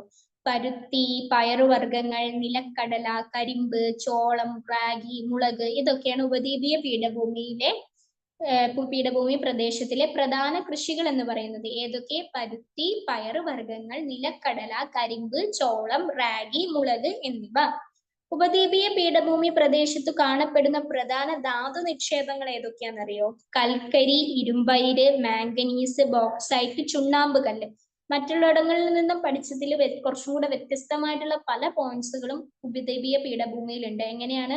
ഉപദ്വീപീയ പീഠഭൂമി പ്രദേശത്ത് കാണപ്പെടുന്ന ധാതു നിക്ഷേപങ്ങളാണ് കൽക്കരി, ഇരുമ്പയിര്, മാംഗനീസ്, ബോക്സൈറ്റ്, ചുണ്ണാമ്പ് കല്ല് ഇവയൊക്കെ. ധാരാളം ധാതു നിക്ഷേപങ്ങൾ കാണപ്പെടുന്നതിനാൽ ഉപദ്വീപീയ പീഠഭൂമിയിൽ ഖനനവും ധാതു അധിഷ്ഠിത വ്യവസായങ്ങളും ഒരു പ്രധാന തൊഴിൽ മേഖലയാണ്. എങ്ങനെ? ധാരാളം ധാതു നിക്ഷേപങ്ങൾ കാണപ്പെടുന്നതിനാൽ ഉപദ്വീപീയ പീഠഭൂമിയിൽ ഖനനവും ധാതു അധിഷ്ഠിത വ്യവസായങ്ങളും ഒരു പ്രധാന തൊഴിൽ മേഖലയാണ്. ഇനി ഉപദ്വീപീയ പീഠഭൂമിയിൽ നിന്ന് ഉത്ഭവിക്കുന്ന പ്രധാന നദികൾ ഏതൊക്കെയാണെന്ന് അറിയോ നിങ്ങൾക്ക്? ഗോദാവരി, മഹാനദി, കൃഷ്ണ, കാവേരി, നർമ്മദ, താപ്തി ഇവയൊക്കെയാണ് ഉപദ്വീപീയ പീഠഭൂമിയിൽ നിന്ന് ഉത്ഭവിക്കുന്ന പ്രധാന നദികൾ. ഏതൊക്കെ? ഗോദാവരി, മഹാനദി, കൃഷ്ണ, കാവേരി, നർമ്മദ, താപ്തി ഇവയെല്ലാമാണ്. ഇത്രയും പ്രധാനപ്പെട്ട ഫാക്ട്സ് ആണ് ഉപദ്വീപീയ പീഠഭൂമിയെ പറ്റിയിട്ട് ഒന്നും കൂടി ഡിസ്കസ് ചെയ്യണം. ഉപദ്വീപീയ പീഠഭൂമിയിൽ സ്ഥിതി ചെയ്യുന്ന സംസ്ഥാനങ്ങൾ ഏതൊക്കെയാണ്? മധ്യപ്രദേശ്, ജാർഖണ്ഡ്, ഛത്തീസ്ഗഡ് എന്നീ സംസ്ഥാനങ്ങളും കർണാടക, തമിഴ്നാട്, ആന്ധ്രാപ്രദേശ്, ഒഡീഷ, പശ്ചിമ ബംഗാൾ എന്നീ സംസ്ഥാനങ്ങളുടെ ചില പ്രദേശങ്ങളും. ഉപദ്വീപീയ പീഠഭൂമിയുടെ ഭാഗമായ പർവ്വതനിരകൾ ഏതൊക്കെയാണ്? വിന്ധ്യ, സത്പുര, ആരവല്ലി, പശ്ചിമഘട്ടം, പൂർവ്വഘട്ടം. ഉപദ്വീപീയ പീഠഭൂമിയിലെ ഏറ്റവും ഉയരം കൂടിയ കൊടുമുടി ആനമുടി. ആനമുടി സ്ഥിതി ചെയ്യുന്ന സംസ്ഥാനം കേരളം. ഉപദ്വീപീയ പീഠഭൂമി പ്രദേശത്തിലെ പ്രധാന കൃഷികൾ ഏതൊക്കെയാണ്? പരുത്തി, പയറുവർഗ്ഗങ്ങൾ, നിലക്കടല, കരിമ്പ്, ചോളം, റാഗി, മുളക് എന്നിവ. ഉപദ്വീപീയ പീഠഭൂമി പ്രദേശത്ത് കാണപ്പെടുന്ന പ്രധാന ധാതു നിക്ഷേപങ്ങളോ? കൽക്കരി, ഇരുമ്പയിർ, മാംഗനീസ്, ബോക്സൈറ്റ്, ചുണ്ണാമ്പ് കല്ല്. ധാരാളം ധാതു നിക്ഷേപങ്ങൾ കാണപ്പെടുന്നതിനാൽ ഉപദ്വീപീയ പീഠഭൂമിയിൽ ഖനനവും ധാതു അധിഷ്ഠിത വ്യവസായങ്ങളും ഒരു പ്രധാന തൊഴിൽ മേഖലയാണ്. ഇത്രയും കാര്യങ്ങളാണ് നമ്മൾ ഉപദ്വീപീയ പീഠഭൂമിയെ പറ്റിയിട്ട് പറഞ്ഞത്. പിന്നെ ഒരു പോയിന്റ് കൂടി ഉണ്ടല്ലോ അല്ലെ? എന്താണ്? അവിടുത്തെ പുഴകൾ ഏതൊക്കെയാന്നുള്ളത്? ഉപദ്വീപീയ പീഠഭൂമിയിൽ നിന്ന് ഉത്ഭവിക്കുന്ന പ്രധാന നദികൾ ഗോദാവരി, മഹാനദി, കൃഷ്ണ, കാവേരി, നർമ്മദ, താപ്തി. ഇതിലെ ഡെക്കാൻ പീഠഭൂമിയെ പറ്റിയിട്ടൊന്ന് എടുത്ത് പഠിക്കേണ്ടതായിട്ടുണ്ട് കേട്ടോ. നമുക്ക് ഡെക്കാൻ പീഠഭൂമി ഉപദ്വീപീയ പീഠഭൂമിയുടെ ഭാഗമായ പീഠഭൂമിയാണ് ഏത്? ഈ ഡെക്കാൻ പീഠഭൂമി ഉപദ്വീപീയ പീഠഭൂമിയുടെ ഭാഗമായ പീഠഭൂമിയാണ് ഡെക്കാൻ പീഠഭൂമി. ഭൂരിഭാഗം പ്രദേശങ്ങളും ലാവ തണുത്തുറഞ്ഞ രൂപം കൊണ്ട പീഠഭൂമിയാണ്. ലാവ എന്താണ്? അഗ്നിപർവ്വതം പൊട്ടിത്തെറിക്കുന്ന സമയത്ത് അതിൽ നിന്ന് എന്താണ് തീ ഇങ്ങനെ ഒഴുകി വരുന്നത് നിങ്ങൾ കാണില്ല. അതിന് പറയുന്നതാണ് ലാവ എന്നുള്ളത് കേട്ടോ. അപ്പോ അതിൽ ഈ ലാവ തണുത്തുറഞ്ഞ രൂപം കൊണ്ട പീഠഭൂമിയാണ് എന്ത്? ഡെക്കാൻ പീഠഭൂമി എന്ന് പറയുന്നത്. ഡെക്കാൻ പീഠഭൂമിയിൽ ധാരാളമായി കാണുന്ന മണ്ണ് എന്താണ്? കറുത്ത മണ്ണ്. സ്വാഭാവികമായിട്ടും തീ കത്തിക്കഴിഞ്ഞു കഴിഞ്ഞാൽ നമ്മൾ നോക്കുമ്പോൾ ചാര നിറമാണ്. എന്നിരുന്നാലും ഈ എന്താണ് ആ ഒരു കത്തിയ സ്ഥലങ്ങളും കരിഞ്ഞു കിടക്കുന്നത് കറുത്ത കളറിലായിരിക്കുമല്ലോ കിടക്കുന്നത്. അതേപോലെ തന്നെ ഡെക്കാൻ പീഠഭൂമിയിൽ ധാരാളമായി കാണുന്ന മണ്ണ് കറുത്ത മണ്ണാണ്. പരുത്തി കൃഷിക്ക് അനുയോജ്യമായ മണ്ണ് ഏതാണെന്ന് അറിയാം നിങ്ങൾക്ക്? ഈ പറഞ്ഞ കറുത്ത മണ്ണാണ്. അപ്പൊ ഡെക്കാൻ പീഠഭൂമിയിലെ ഈ കറുത്ത മണ്ണ് പരുത്തി കൃഷിക്ക് എന്താ? വളരെ അനുയോജ്യമാണ്. അപ്പോൾ ഡെക്കാൻ പീഠഭൂമി എന്താ? ഉപദ്വീപീയ പീഠഭൂമിയുടെ ഭാഗമായ പീഠഭൂമിയാണ്. ഭൂരിഭാഗം പ്രദേശങ്ങളും ലാവ തണുത്ത് ഉറഞ്ഞ രൂപം കൊണ്ട പീഠഭൂമിയാണ്. ഡെക്കാൻ പീഠഭൂമിയിൽ ധാരാളമായി കാണുന്ന മണ്ണും അതേപോലെ തന്നെ പരുത്തി കൃഷിക്ക് അനുയോജ്യമായ മണ്ണും ഏതാണ്? കറുത്ത മണ്ണാണ്. ഇനി നമുക്ക് അടുത്തത് തീരസമതലങ്ങൾ. അതാണ് അടുത്തതായിട്ട് പഠിക്കാനുള്ളത് കേട്ടോ. അപ്പോ ഈ പറഞ്ഞ മാതിരി നമ്മൾ ഉത്തരപർവ്വത മേഖല, ഉത്തര മഹാസമതല, ഉപദ്വീപീയ പീഠഭൂമി. ഇനി നാലാമത്തെ ആള് ആരാ? തീരസമതലങ്ങളെ പറ്റിയിട്ട് പഠിക്കാനുണ്ട്. തീരസമതലങ്ങളും ദ്വീപുകളും ഒന്നിച്ചാണ് പറഞ്ഞിട്ടുള്ളത്. പക്ഷെ രണ്ടും രണ്ടാണല്ലോ. അപ്പൊ അതുകൊണ്ട് തന്നെ ആദ്യം നമുക്ക് തീരസമതലങ്ങൾ എന്താന്ന് നോക്കാം. ഇന്ത്യയുടെ കടൽ തീര ദൈർഘ്യം എത്രയാണെന്നറിയോ? അത് അറിഞ്ഞിരിക്കണം കേട്ടോ. ഇന്ത്യയുടെ കടൽ തീര ദൈർഘ്യം ഏകദേശം 6100 കിലോമീറ്റർ ആണ്. എത്ര? ഇന്ത്യയുടെ കടൽ തീര ദൈർഘ്യം ഏകദേശം 6100 കിലോമീറ്റർ. 6100 കിലോമീറ്റർ ആണ്. അറബിക്കടലിനോട് ചേർന്ന് സ്ഥിതി ചെയ്യുന്ന തീരം അറിയപ്പെടുന്നത് പടിഞ്ഞാറൻ തീരമാണ്. അപ്പൊ അറബിക്കടലിനോട് ചേർന്ന് സ്ഥിതി ചെയ്യുന്ന തീരം ഏതാ? സ്വാഭാവികമായിട്ടും പടിഞ്ഞാറ് ഭാഗത്താണ് അറബിക്കടൽ കിടക്കുന്നത്. അപ്പൊ പിന്നെ അറബിക്കടലിനോട് ചേർന്ന് സ്ഥിതി ചെയ്യുന്ന തീരം പടിഞ്ഞാറൻ തീരം. കേരളം സ്ഥിതി ചെയ്യുന്നത് എവിടെയാണ്? പടിഞ്ഞാറൻ തീരത്താണ്. അപ്പൊ നമ്മൾ അറബിക്കടലിനോട് അടുത്താണ് അല്ലേ? എന്താണ് അതല്ലേ ഇപ്പൊ മുല്ലപ്പെരിയാർ നിങ്ങൾ കമന്റ് സെക്ഷനിലൊക്കെ കണ്ടിട്ടുണ്ട്. മുല്ലപ്പെരിയാർ പൊട്ടിക്കണി എല്ലാവർക്കും അറബിക്കടലിൽ വെച്ച് കാണാമെന്നൊക്കെ ഇങ്ങനെ ട്രോളൊക്കെ ഇടുന്നത് കാണുന്നത് നിങ്ങൾ ശ്രദ്ധിച്ചിട്ടുണ്ടാവില്ലേ? അത് ആലോചിച്ചാൽ മതി. അപ്പൊ നമ്മൾ ഈ പറയുന്ന പടിഞ്ഞാറൻ തീരത്താണ് നമ്മുടെ കേരളം ഉള്ളത്. പടിഞ്ഞാറൻ തീരത്ത് ഏതാണ്? അറബിക്കടലാണ്. ഇനി ബംഗാൾ ഉൾക്കടലിനോട് ചേർന്ന് സ്ഥിതി ചെയ്യുന്ന തീരം അറിയപ്പെടുന്നത് കിഴക്കൻ തീരം. അപ്പൊ കിഴക്ക് ഭാഗത്താണ് എന്തുള്ളത്? ബംഗാൾ ഉൾക്കടൽ ഉള്ളത് മനസ്സിലാക്കുക. ഇതൊക്കെ ബേസിക് ഫാക്ട്സ് ആണ്, നമുക്ക് ചെറുപ്പം മുതൽ അറിയുന്ന കാര്യങ്ങളാണ്. ഇനി അറിയാത്തവർ ആരെങ്കിലും ഉണ്ടെങ്കിൽ ഇപ്പൊ പഠിച്ചോളൂ. അത് യാതൊരു വിധ കുറച്ചിലും വിചാരിക്കേണ്ടത് എല്ലാവർക്കും ഒന്നും അറിഞ്ഞു പോകണമെന്നില്ല. അപ്പൊ ബംഗാൾ ഉൾക്കടലിനോട് ചേർന്ന് സ്ഥിതി ചെയ്യുന്ന തീരം ഏതാണ്? കിഴക്കൻ തീരം. പടിഞ്ഞാറൻ തീര സമതലത്തിന്റെ വീതി കിഴക്കൻ തീരത്തെ അപേക്ഷിച്ച് കൂടുതലാണോ കുറവായിരിക്കോ? നിങ്ങൾക്കറിയോ? ജസ്റ്റ് ഒന്ന് ഗസ് ചെയ്ത് നോക്ക്. ഞാൻ തന്നെ പറയാം. പടിഞ്ഞാറൻ തീര സമതലത്തിന്റെ വീതി കിഴക്കൻ തീരത്തെ അപേക്ഷിച്ച് കുറവാണ് കേട്ടോ. പടിഞ്ഞാറൻ തീര സമതലത്തിന്റെ വീതി എന്ന് പറയുന്നത് ഈ പറഞ്ഞ കിഴക്കൻ തീരത്തെ അപേക്ഷിച്ച് കുറവാണ്. അപ്പോൾ സ്വാഭാവികമായിട്ട് അറബിക്കടലിനെക്കാട്ടിലും വലുത് ബംഗാൾ ഉൾക്കടൽ തന്നെയാണ്.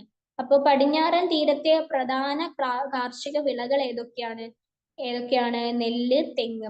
നമ്മുടെ കേരളം പടിഞ്ഞാറൻ തീരത്താണല്ലോ. അപ്പൊ അതുകൊണ്ട് തന്നെ ഇതാണ് പടിഞ്ഞാറൻ തീരത്തെ പ്രധാന കാർഷിക വിളകളാണ് നെല്ല്, തെങ്ങ്. കിഴക്കൻ തീരസമതലത്തിലെ നദികളാണ്.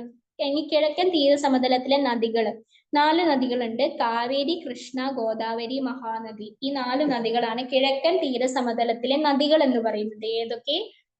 കാവേരി, കൃഷ്ണ, ഗോദാവരി, മഹാനദി. ഇവയെല്ലാം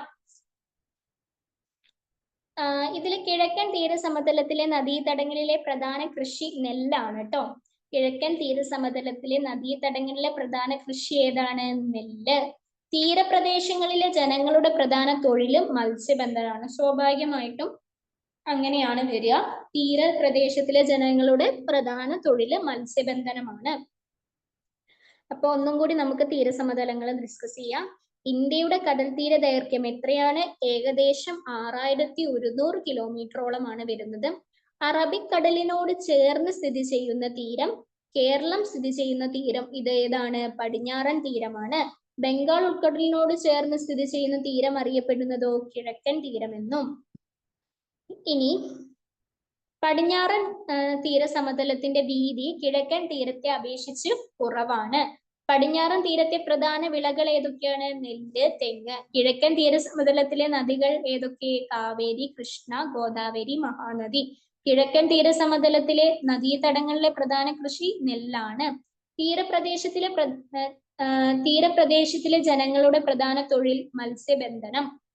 ഇനി ദ്വീപുകൾ. അടുത്ത നമുക്ക് ദ്വീപുകളാണ്. തീരസമതലങ്ങളും ദ്വീപുകളും എന്നാണ് നമ്മൾ ഒരുമിച്ചാണ് പഠിച്ചിരുന്നത്. പക്ഷെ ഇനി ദ്വീപുകൾ സെപ്പറേറ്റഡ് ആയിട്ട് നമുക്ക് പഠിക്കണം. സമുദ്രത്താൽ ചുറ്റപ്പെട്ട ചെറുഭാഗങ്ങളാണ് എന്ത്? ദ്വീപുകൾ എന്ന് പറയുന്നത്. സമുദ്രത്താൽ ചുറ്റപ്പെട്ട ചെറുഭാഗങ്ങളാണ് ദ്വീപുകൾ. ലക്ഷദ്വീപ് സ്ഥിതി ചെയ്യുന്നത് എവിടെയാണോ എന്നറിയോ നിങ്ങൾക്ക്? അറബിക്കടലിലാണോ ബംഗാൾ ഉൾക്കടലിലാണോ ലക്ഷദ്വീപ് സ്ഥിതി ചെയ്യുന്നത്? ലക്ഷദ്വീപ് സ്ഥിതി ചെയ്യുന്നത് അറബിക്കടലിലാണ് കേട്ടോ. എവിടെയാണ്? പടിഞ്ഞാറൻ തീരത്താണ് ലക്ഷദ്വീപ് സ്ഥിതി ചെയ്യുന്നത്. ലക്ഷദ്വീപ് സ്ഥിതി ചെയ്യുന്നത് അറബിക്കടലിലാണ്.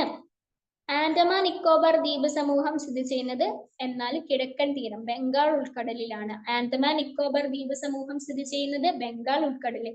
ലക്ഷദ്വീപ് ആരുടെ കൂടെയാണ്? അറബിക്കടലിന്റെ കൂടെയാണ്. ആൻഡമാൻ നിക്കോബാറോ ബംഗാൾ ഉൾക്കടലിന്റെ കൂടെയാണ്. അപ്പോ അങ്ങനെ നോക്കുക. ലക്ഷദ്വീപ് സ്ഥിതി ചെയ്യുന്നത് അറബിക്കടലില്, ആൻഡമാൻ നിക്കോബാർ ദ്വീപ് സ്ഥിതി ചെയ്യുന്നത് ബംഗാൾ ഉൾക്കടലില്. ആൻഡമാൻ നിക്കോബാർ ദ്വീപുകളിൽ മിക്കവയിലും നിബിഡമായ വനങ്ങളാണ്. ആൻഡമാൻ നിക്കോബാർ ദ്വീപുകളിൽ മിക്കവയും എന്താണ്? വനങ്ങളാണ് എന്നാണ് പറയുന്നത്. കൃഷി നാമമാത്രമായ ലക്ഷദ്വീപിലെ ജനജീവിതം സമുദ്രത്തെ ആശ്രയിച്ചാണ്. കൃഷി നാമമാത്രമായ ലക്ഷദ്വീപിലെ ജനങ്ങൾ അധികവും എന്താണ് സമുദ്രത്തെ ആശ്രയിച്ചാണ് ജീവിക്കുന്നത്. അവരുടെ ജനജീവിതം, അതായത് ലക്ഷദ്വീപിലെ ജനജീവിതം സമുദ്രത്തെ ആശ്രയിച്ചാണ്. ലക്ഷദ്വീപിൽ മിക്കവയും പവിഴ ദ്വീപുകളാണ്. ലക്ഷദ്വീപിലെ മിക്ക ദ്വീപുകളും എന്താണ് പവിഴ ദ്വീപുകളാണ് എന്നാണ് പറയുന്നത്. ഇനി എന്താണ് ഈ പവിഴ ദ്വീപുകൾ എന്ന് വെച്ചാൽ അത് നമുക്ക് പറയാനുണ്ട്. അതിന് മുമ്പ് ദ്വീപുകൾ ഒന്നുകൂടി നമുക്ക് ഡിസ്കസ് ചെയ്യാം. കാണുന്നുണ്ടല്ലോ അല്ലെ? സമുദ്രത്താൽ ചുറ്റപ്പെട്ട ചെറുഭാഗങ്ങളാണ് എന്ത് ദ്വീപുകൾ. ലക്ഷദ്വീപ് സ്ഥിതി ചെയ്യുന്നത് എവിടെയാണ്? അറബിക്കടലിൽ. ആൻഡമാൻ നിക്കോബാർ ദ്വീപ് സമൂഹം സ്ഥിതി ചെയ്യുന്നത് ബംഗാൾ ഉൾക്കടലിൽ.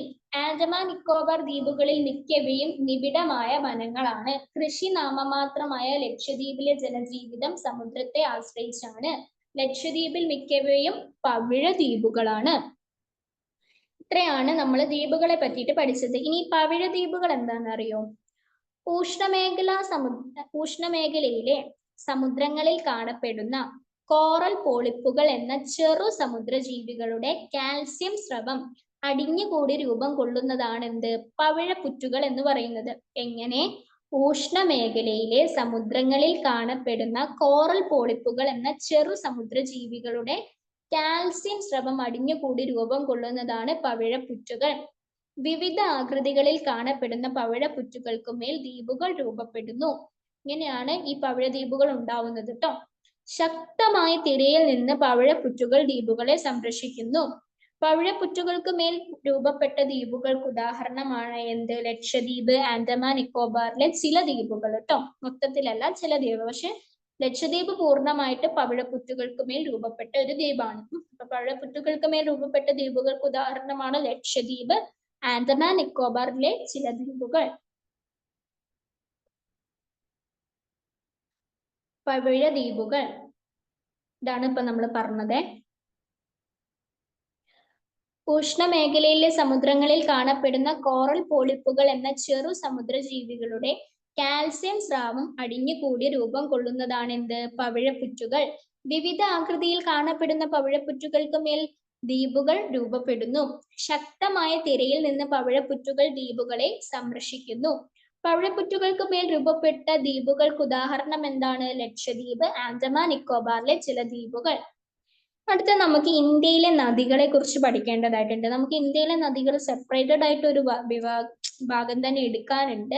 ഇതിൽ കുറച്ച് കാര്യങ്ങളെ കൊടുത്തിട്ടുള്ളൂ, എന്നാലും ഇപ്പൊ കൊടുത്തിരിക്കുന്ന അത്രയും നമുക്ക് പഠിക്കാം. ഇനി അടുത്ത ക്ലാസ്സിൽ ഞാൻ ഈ നദികളെ പറ്റി നമുക്ക് ഒരുപാട് പഠിക്കാനുണ്ട് കേട്ടോ. വെള്ളം സംബന്ധിച്ച് ഒരുപാട് കാര്യങ്ങൾ നമുക്ക് പഠിക്കാനുണ്ട്. അതിലിപ്പോ ഞാൻ ഒരു ഭാഗം ഞാൻ എടുത്തു, എന്താണ് കേരളത്തിലെ പ്രധാനപ്പെട്ട നദികൾ എന്ന് പറഞ്ഞിട്ട്. ഇനി നമുക്ക് നദികളും കായലുകളും അത് ഞാൻ അടുത്ത ക്ലാസ്സിൽ എടുക്കും. പിന്നെ അത് കഴിഞ്ഞിട്ട് എന്താണ് ഇതേപോലെ ഇന്ത്യയിലെ നദികളെ പറ്റിയിട്ട് നമുക്ക് പഠിക്കാനുണ്ട്, അതും എടുക്കണം. കാരണം ഇതിലൊക്കെ പ്രത്യേകം വെച്ചാൽ ഇതിന്റെ പോഷക നദികളൊക്കെ പഠിക്കാനുണ്ട്. അതുകൊണ്ടാണ് അത് ഇമ്പോർട്ടന്റ് ആയിട്ട് കണക്കാക്കുന്നത്. ഇപ്പൊ നമുക്ക് ഇവിടെ ടെക്സ്റ്റ് ബുക്കിൽ കൊടുത്തിരിക്കുന്ന ഇന്ത്യയിലെ നദികൾ അത് ഏതൊക്കെയാണെന്ന് നോക്കാം. ഇന്ത്യയിൽ പണ്ട് മുതൽക്ക് തന്നെ ജനങ്ങൾ സ്ഥിരതാമസത്തിന് തെരഞ്ഞെടുത്ത സ്ഥലങ്ങളാണ് എന്ത് നദീതടങ്ങൾ എന്ന് പറയുന്നത്. അപ്പൊ പണ്ട് മുതൽക്കേ തന്നെ ജനങ്ങള് സ്ഥിരതാമസത്തിന് തെരഞ്ഞെടുത്ത സ്ഥലങ്ങളാണ് നദീതടങ്ങൾ. ഇന്ത്യയിൽ കൃഷി അഭിവൃദ്ധിപ്പെടുന്നതിലും കൃഷിയെ അടിസ്ഥാനമാക്കി ഒരു സംസ്കാരം രൂപപ്പെടുത്തുന്നതിലും പ്രധാന പങ്ക് വഹിച്ചത് നദികളാണ്. അപ്പൊ ഇന്ത്യയിൽ കൃഷി അഭിവൃദ്ധിപ്പെടുന്നതിലും കൃഷിയെ അടിസ്ഥാനമാക്കി ഒരു സംസ്കാരം രൂപപ്പെടുത്തുന്നതിലും പ്രധാന പങ്ക് വഹിച്ചത് നദികളാണ്. ഉത്തരേന്ത്യയിലെ പ്രധാനപ്പെട്ട ജലസ്രോതസ്സുകൾ ഏതൊക്കെയാണ്? ഉത്തരേന്ത്യ എന്ന് പറയുമ്പോൾ തന്നെ നമ്മുടെ മനസ്സിലേക്ക് ഓടി വരുന്നത് ഗംഗാ നദിയൊക്കെ തന്നെയല്ലേ. അപ്പൊ ഉത്തരേന്ത്യയിലെ പ്രധാനപ്പെട്ട ജലസ്രോതസ്സുകളാണ് സിന്ധു, ഗംഗ, ബ്രഹ്മപുത്ര എന്നീ നദികളും അവയുടെ പോഷക നദികളും. ഉത്തരേന്ത്യയിലെ പ്രധാനപ്പെട്ട ജലസ്രോതസ്സുകൾ ഏതൊക്കെയാണ്? സിന്ധു, ഗംഗ, ബ്രഹ്മപുത്ര എന്നീ നദികളും അവയുടെ പോഷക നദികളും. വാരണാസി സ്ഥിതി ചെയ്യുന്ന നദീതീരം ഏതാണ്? ഗംഗ. ഏവർക്കും അറിയുന്ന ഒരു കാര്യമാണെന്ന് ഞാൻ വിശ്വസിക്കുന്നു. വാരണാസി സ്ഥിതി ചെയ്യുന്ന നദീതീരമാണ് ഗംഗ. ഹിമാലയത്തിൽ നിന്ന് ഉത്ഭവിക്കുന്ന നദികൾ അറിയപ്പെടുന്നത് എന്താണ്? ഹിമാലയൻ നദികൾ എന്നാണ്. ഹിമാലയത്തിൽ നിന്ന് ഉത്ഭവിക്കുന്ന നദികൾ അറിയപ്പെടുന്നത് ഹിമാലയൻ നദികൾ എന്നാണ്. ഈ നിങ്ങൾ ശ്രദ്ധിച്ചിട്ടുണ്ടോ? ഈ ബ്രഹ്മപുത്ര ഒഴികെ ബാക്കിയുള്ള മിക്കതിനും സ്ത്രീകളുടെ പേരാണ് കൊടുത്തിരിക്കുന്നത്. അതുകൊണ്ട് തന്നെയാണ് പുഴ അമ്മയാണ്, അങ്ങനെയാണ് ഇങ്ങനെയാണ് എന്നൊക്കെയുള്ള വിശേഷണങ്ങൾ പുഴയ്ക്ക് കൊടുക്കുന്നത്. ഈ ഗംഗ, യമുന, കാവേരി, എന്താണ് എന്നൊക്കെ പറഞ്ഞ ഈ പുഴകളൊക്കെ പുരാണങ്ങളിൽ ഇവർ സഹോദരിമാരായിരുന്നു എന്നാണ് വിശേഷിപ്പിക്കപ്പെടുന്നത് കേട്ടോ. അതായത് എന്തോ ഒരു രാജാവിന്റെ മക്കളാണ് എന്നുള്ളതാണ് പറയപ്പെടുന്നത്.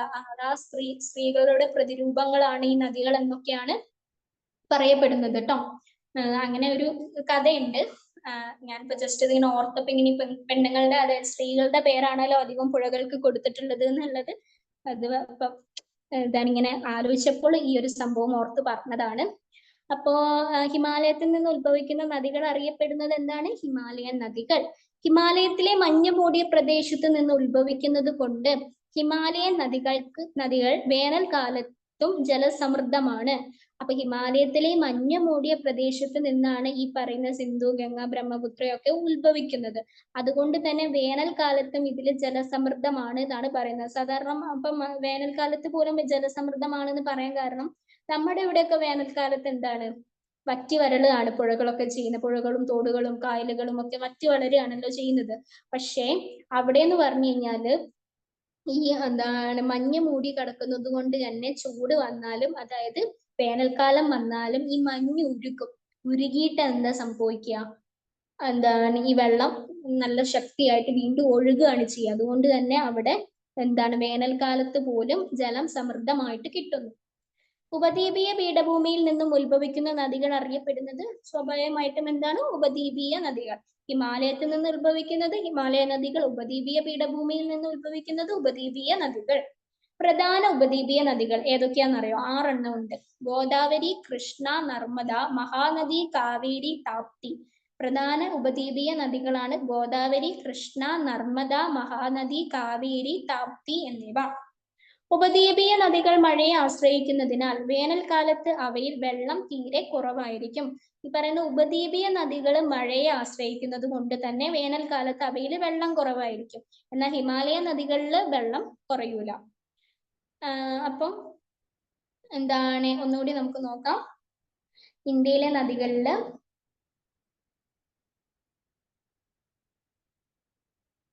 ഇന്ത്യയിൽ പണ്ട് മുതൽക്കു തന്നെ ജനങ്ങൾ സ്ഥിരതാമസത്തിന് തെരഞ്ഞെടുത്ത സ്ഥലങ്ങളാണ് എന്ത്? നദീതടങ്ങൾ. ഇന്ത്യയിൽ കൃഷി അഭിവൃദ്ധിപ്പെടുന്നതിലും കൃഷിയെ അടിസ്ഥാനമാക്കി ഒരു സംസ്കാരം രൂപപ്പെടുത്തുന്നതിലും പ്രധാന പങ്ക് വഹിച്ചത് നദികളാണ്. ഉത്തരേന്ത്യയിലെ പ്രധാനപ്പെട്ട ജലസ്രോതസ്സുകൾ ഏതൊക്കെയാണ്? സിന്ധു, ഗംഗ, ബ്രഹ്മപുത്ര എന്നീ നദികളും അവയുടെ പോഷക നദികളും.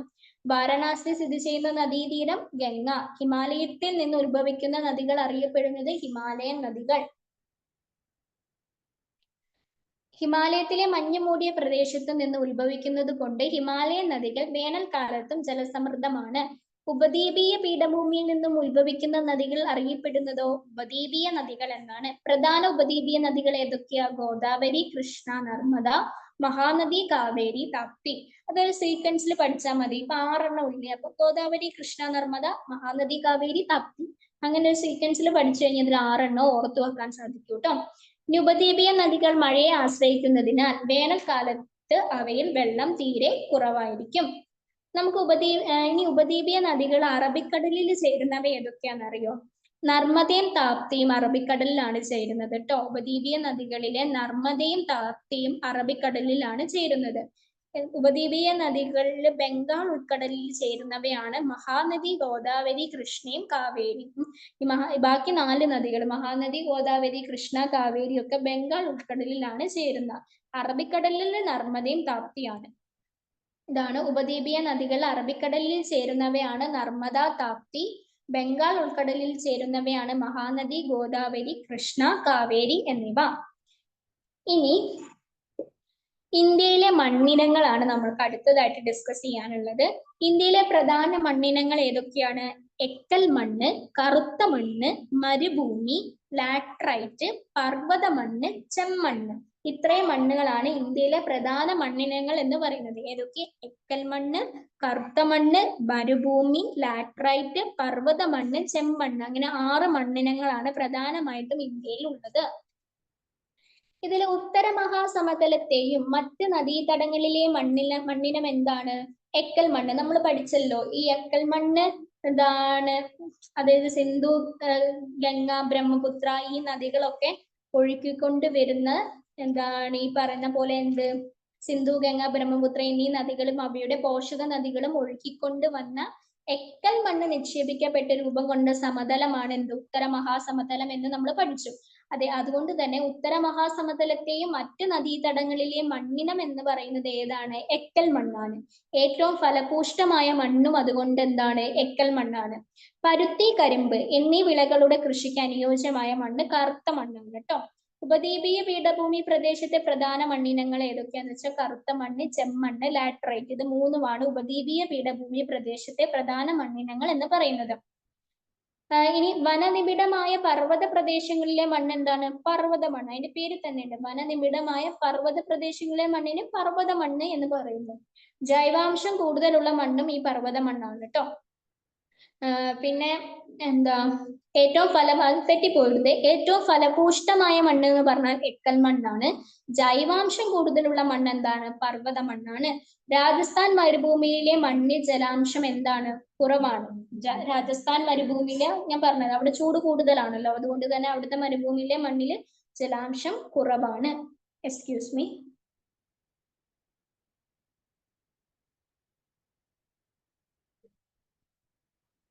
അപ്പൊ ഇന്ത്യയിലെ മണ്ണിനങ്ങളാണ്, ഇന്ത്യയിലെ പ്രധാന മണ്ണിനങ്ങൾ ഏതൊക്കെയാണ്? എക്കൽ മണ്ണ്, കറുത്ത മണ്ണ്, മരുഭൂമി, ലാറ്ററൈറ്റ്, പർവ്വത മണ്ണ്, ചെമ്മണ്ണ്. ഉത്തര മഹാസമതലത്തെയും മറ്റു നദീതടങ്ങളിലെയും മണ്ണിനം ഏറ്റവും ഫലപുഷ്ടമായ മണ്ണ് ഇതൊക്കെ ഏതാണ്? എക്കൽ മണ്ണാണ്. പരുത്തി, കരിമ്പ് എന്നീ വിളകളുടെ കൃഷിക്ക് അനുയോജ്യമായ മണ്ണ് ഏതാണ്? കറുത്ത മണ്ണാണ്. ഉപദ്വീപീയ പീഠഭൂമി പ്രദേശത്തെ പ്രധാന മണ്ണിനങ്ങൾ കറുത്ത മണ്ണ്, ചെമ്മണ്ണ്, ലാറ്ററൈറ്റ്. വനനിബിഡമായ പർവ്വത പ്രദേശങ്ങളിലെ മണ്ണ്, ജൈവാംശം കൂടുതലുള്ള മണ്ണ് ഇവയൊക്കെ ഏതാണ്? പർവ്വത മണ്ണാണ്. രാജസ്ഥാൻ മരുഭൂമിയിലെ മണ്ണിൽ ജലാംശം കുറവാണ്.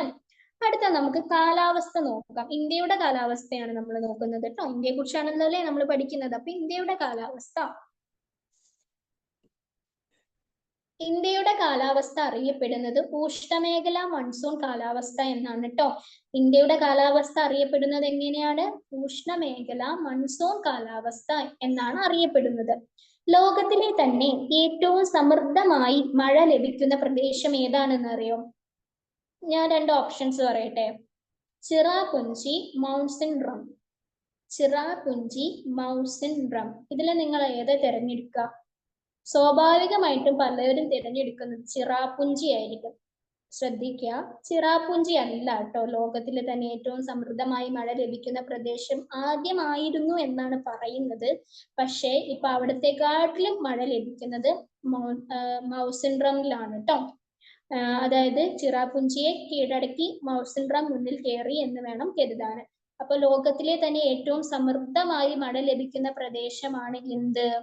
മൗസിൻ റം. എന്നാൽ ലോകത്തിൽ ഏറ്റവും കൂടുതൽ മഴ ലഭിക്കുന്ന രണ്ടാമത്തെ പ്രദേശമായി ചിറാപുഞ്ചി മാറി. അപ്പോ ആദ്യം മൗസിൻ റമിലാണ്, രണ്ടാമത് മഴ ലഭിക്കുന്നത് എവിടെയാണ്? ഏറ്റവും കൂടുതൽ ചിറാപുഞ്ചിയിലാണ്.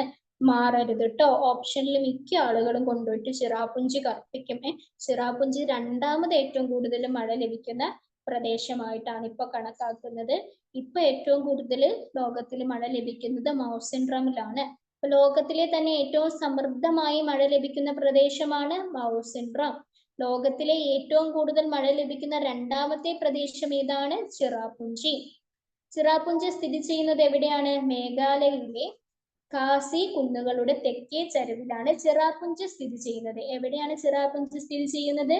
മേഘാലയയിലെ ഖാസി കുന്നുകളുടെ തെക്കേ ചരിവിൽ. ചിറാപുഞ്ചി അറിയപ്പെടുന്ന മറ്റൊരു പേരാണ് സെഹറ ട്ടോ. സെഹറ എന്ന് പറയുന്ന ഒരു പേരും ചിറാപുഞ്ചിക്കുണ്ട്. പിന്നെ കാശ്മീരിലെ കാർഗിൽ, ത്രാസ് എന്നിവിടങ്ങളിൽ ശൈത്യകാലത്ത് താപനില -40°C വരെ താഴാറുണ്ട്. കാശ്മീരിലെ കാർഗിൽ, ത്രാസ് എന്നിവിടങ്ങളിലൊക്കെ ശൈത്യകാലത്ത് താപനില -40°C വരെ താഴാറുണ്ട് എന്നാണ് പറയുന്നത് കേട്ടോ. ഇന്ത്യയിൽ അനുഭവപ്പെടുന്ന 3 തരം കാലങ്ങൾ ഏതൊക്കെയാണ്? ഉഷ്ണകാലം, സമ്മർ സീസൺ. ഉഷ്ണകാലം എന്താ ഇംഗ്ലീഷിൽ സമ്മർ സീസൺ എന്ന് പറയും. ശൈത്യകാലം ഇംഗ്ലീഷിൽ വിന്റർ സീസൺ എന്നും, മഴക്കാലം ഇംഗ്ലീഷിൽ റെയിനി സീസൺ എന്നും. ഇന്ത്യയിൽ അനുഭവപ്പെടുന്ന 3 തരം കാലങ്ങളാണ് ഉഷ്ണകാലം, ശൈത്യകാലം, മഴക്കാലം. Summer season, winter season, rainy season. നമുക്ക് കാലാവസ്ഥ ഒന്നും കൂടി നോക്കാം. ഇന്ത്യയുടെ കാലാവസ്ഥ അറിയപ്പെടുന്നത് എന്താണ്? ഉഷ്ണമേഖല മൺസൂൺ കാലാവസ്ഥ. ലോകത്തിൽ തന്നെ ഏറ്റവും സമൃദ്ധമായി മഴ ലഭിക്കുന്ന പ്രദേശം ഏതാണ്? മൗസിൻഡ്രം. ലോകത്തിലെ ഏറ്റവും കൂടുതൽ മഴ ലഭിക്കുന്ന രണ്ടാമത്തെ പ്രദേശമോ? ചിറാപുഞ്ചി. ചിറാപുഞ്ചി അറിയപ്പെടുന്ന മറ്റൊരു പേരെന്താണ്? സെഹറ. സോറി.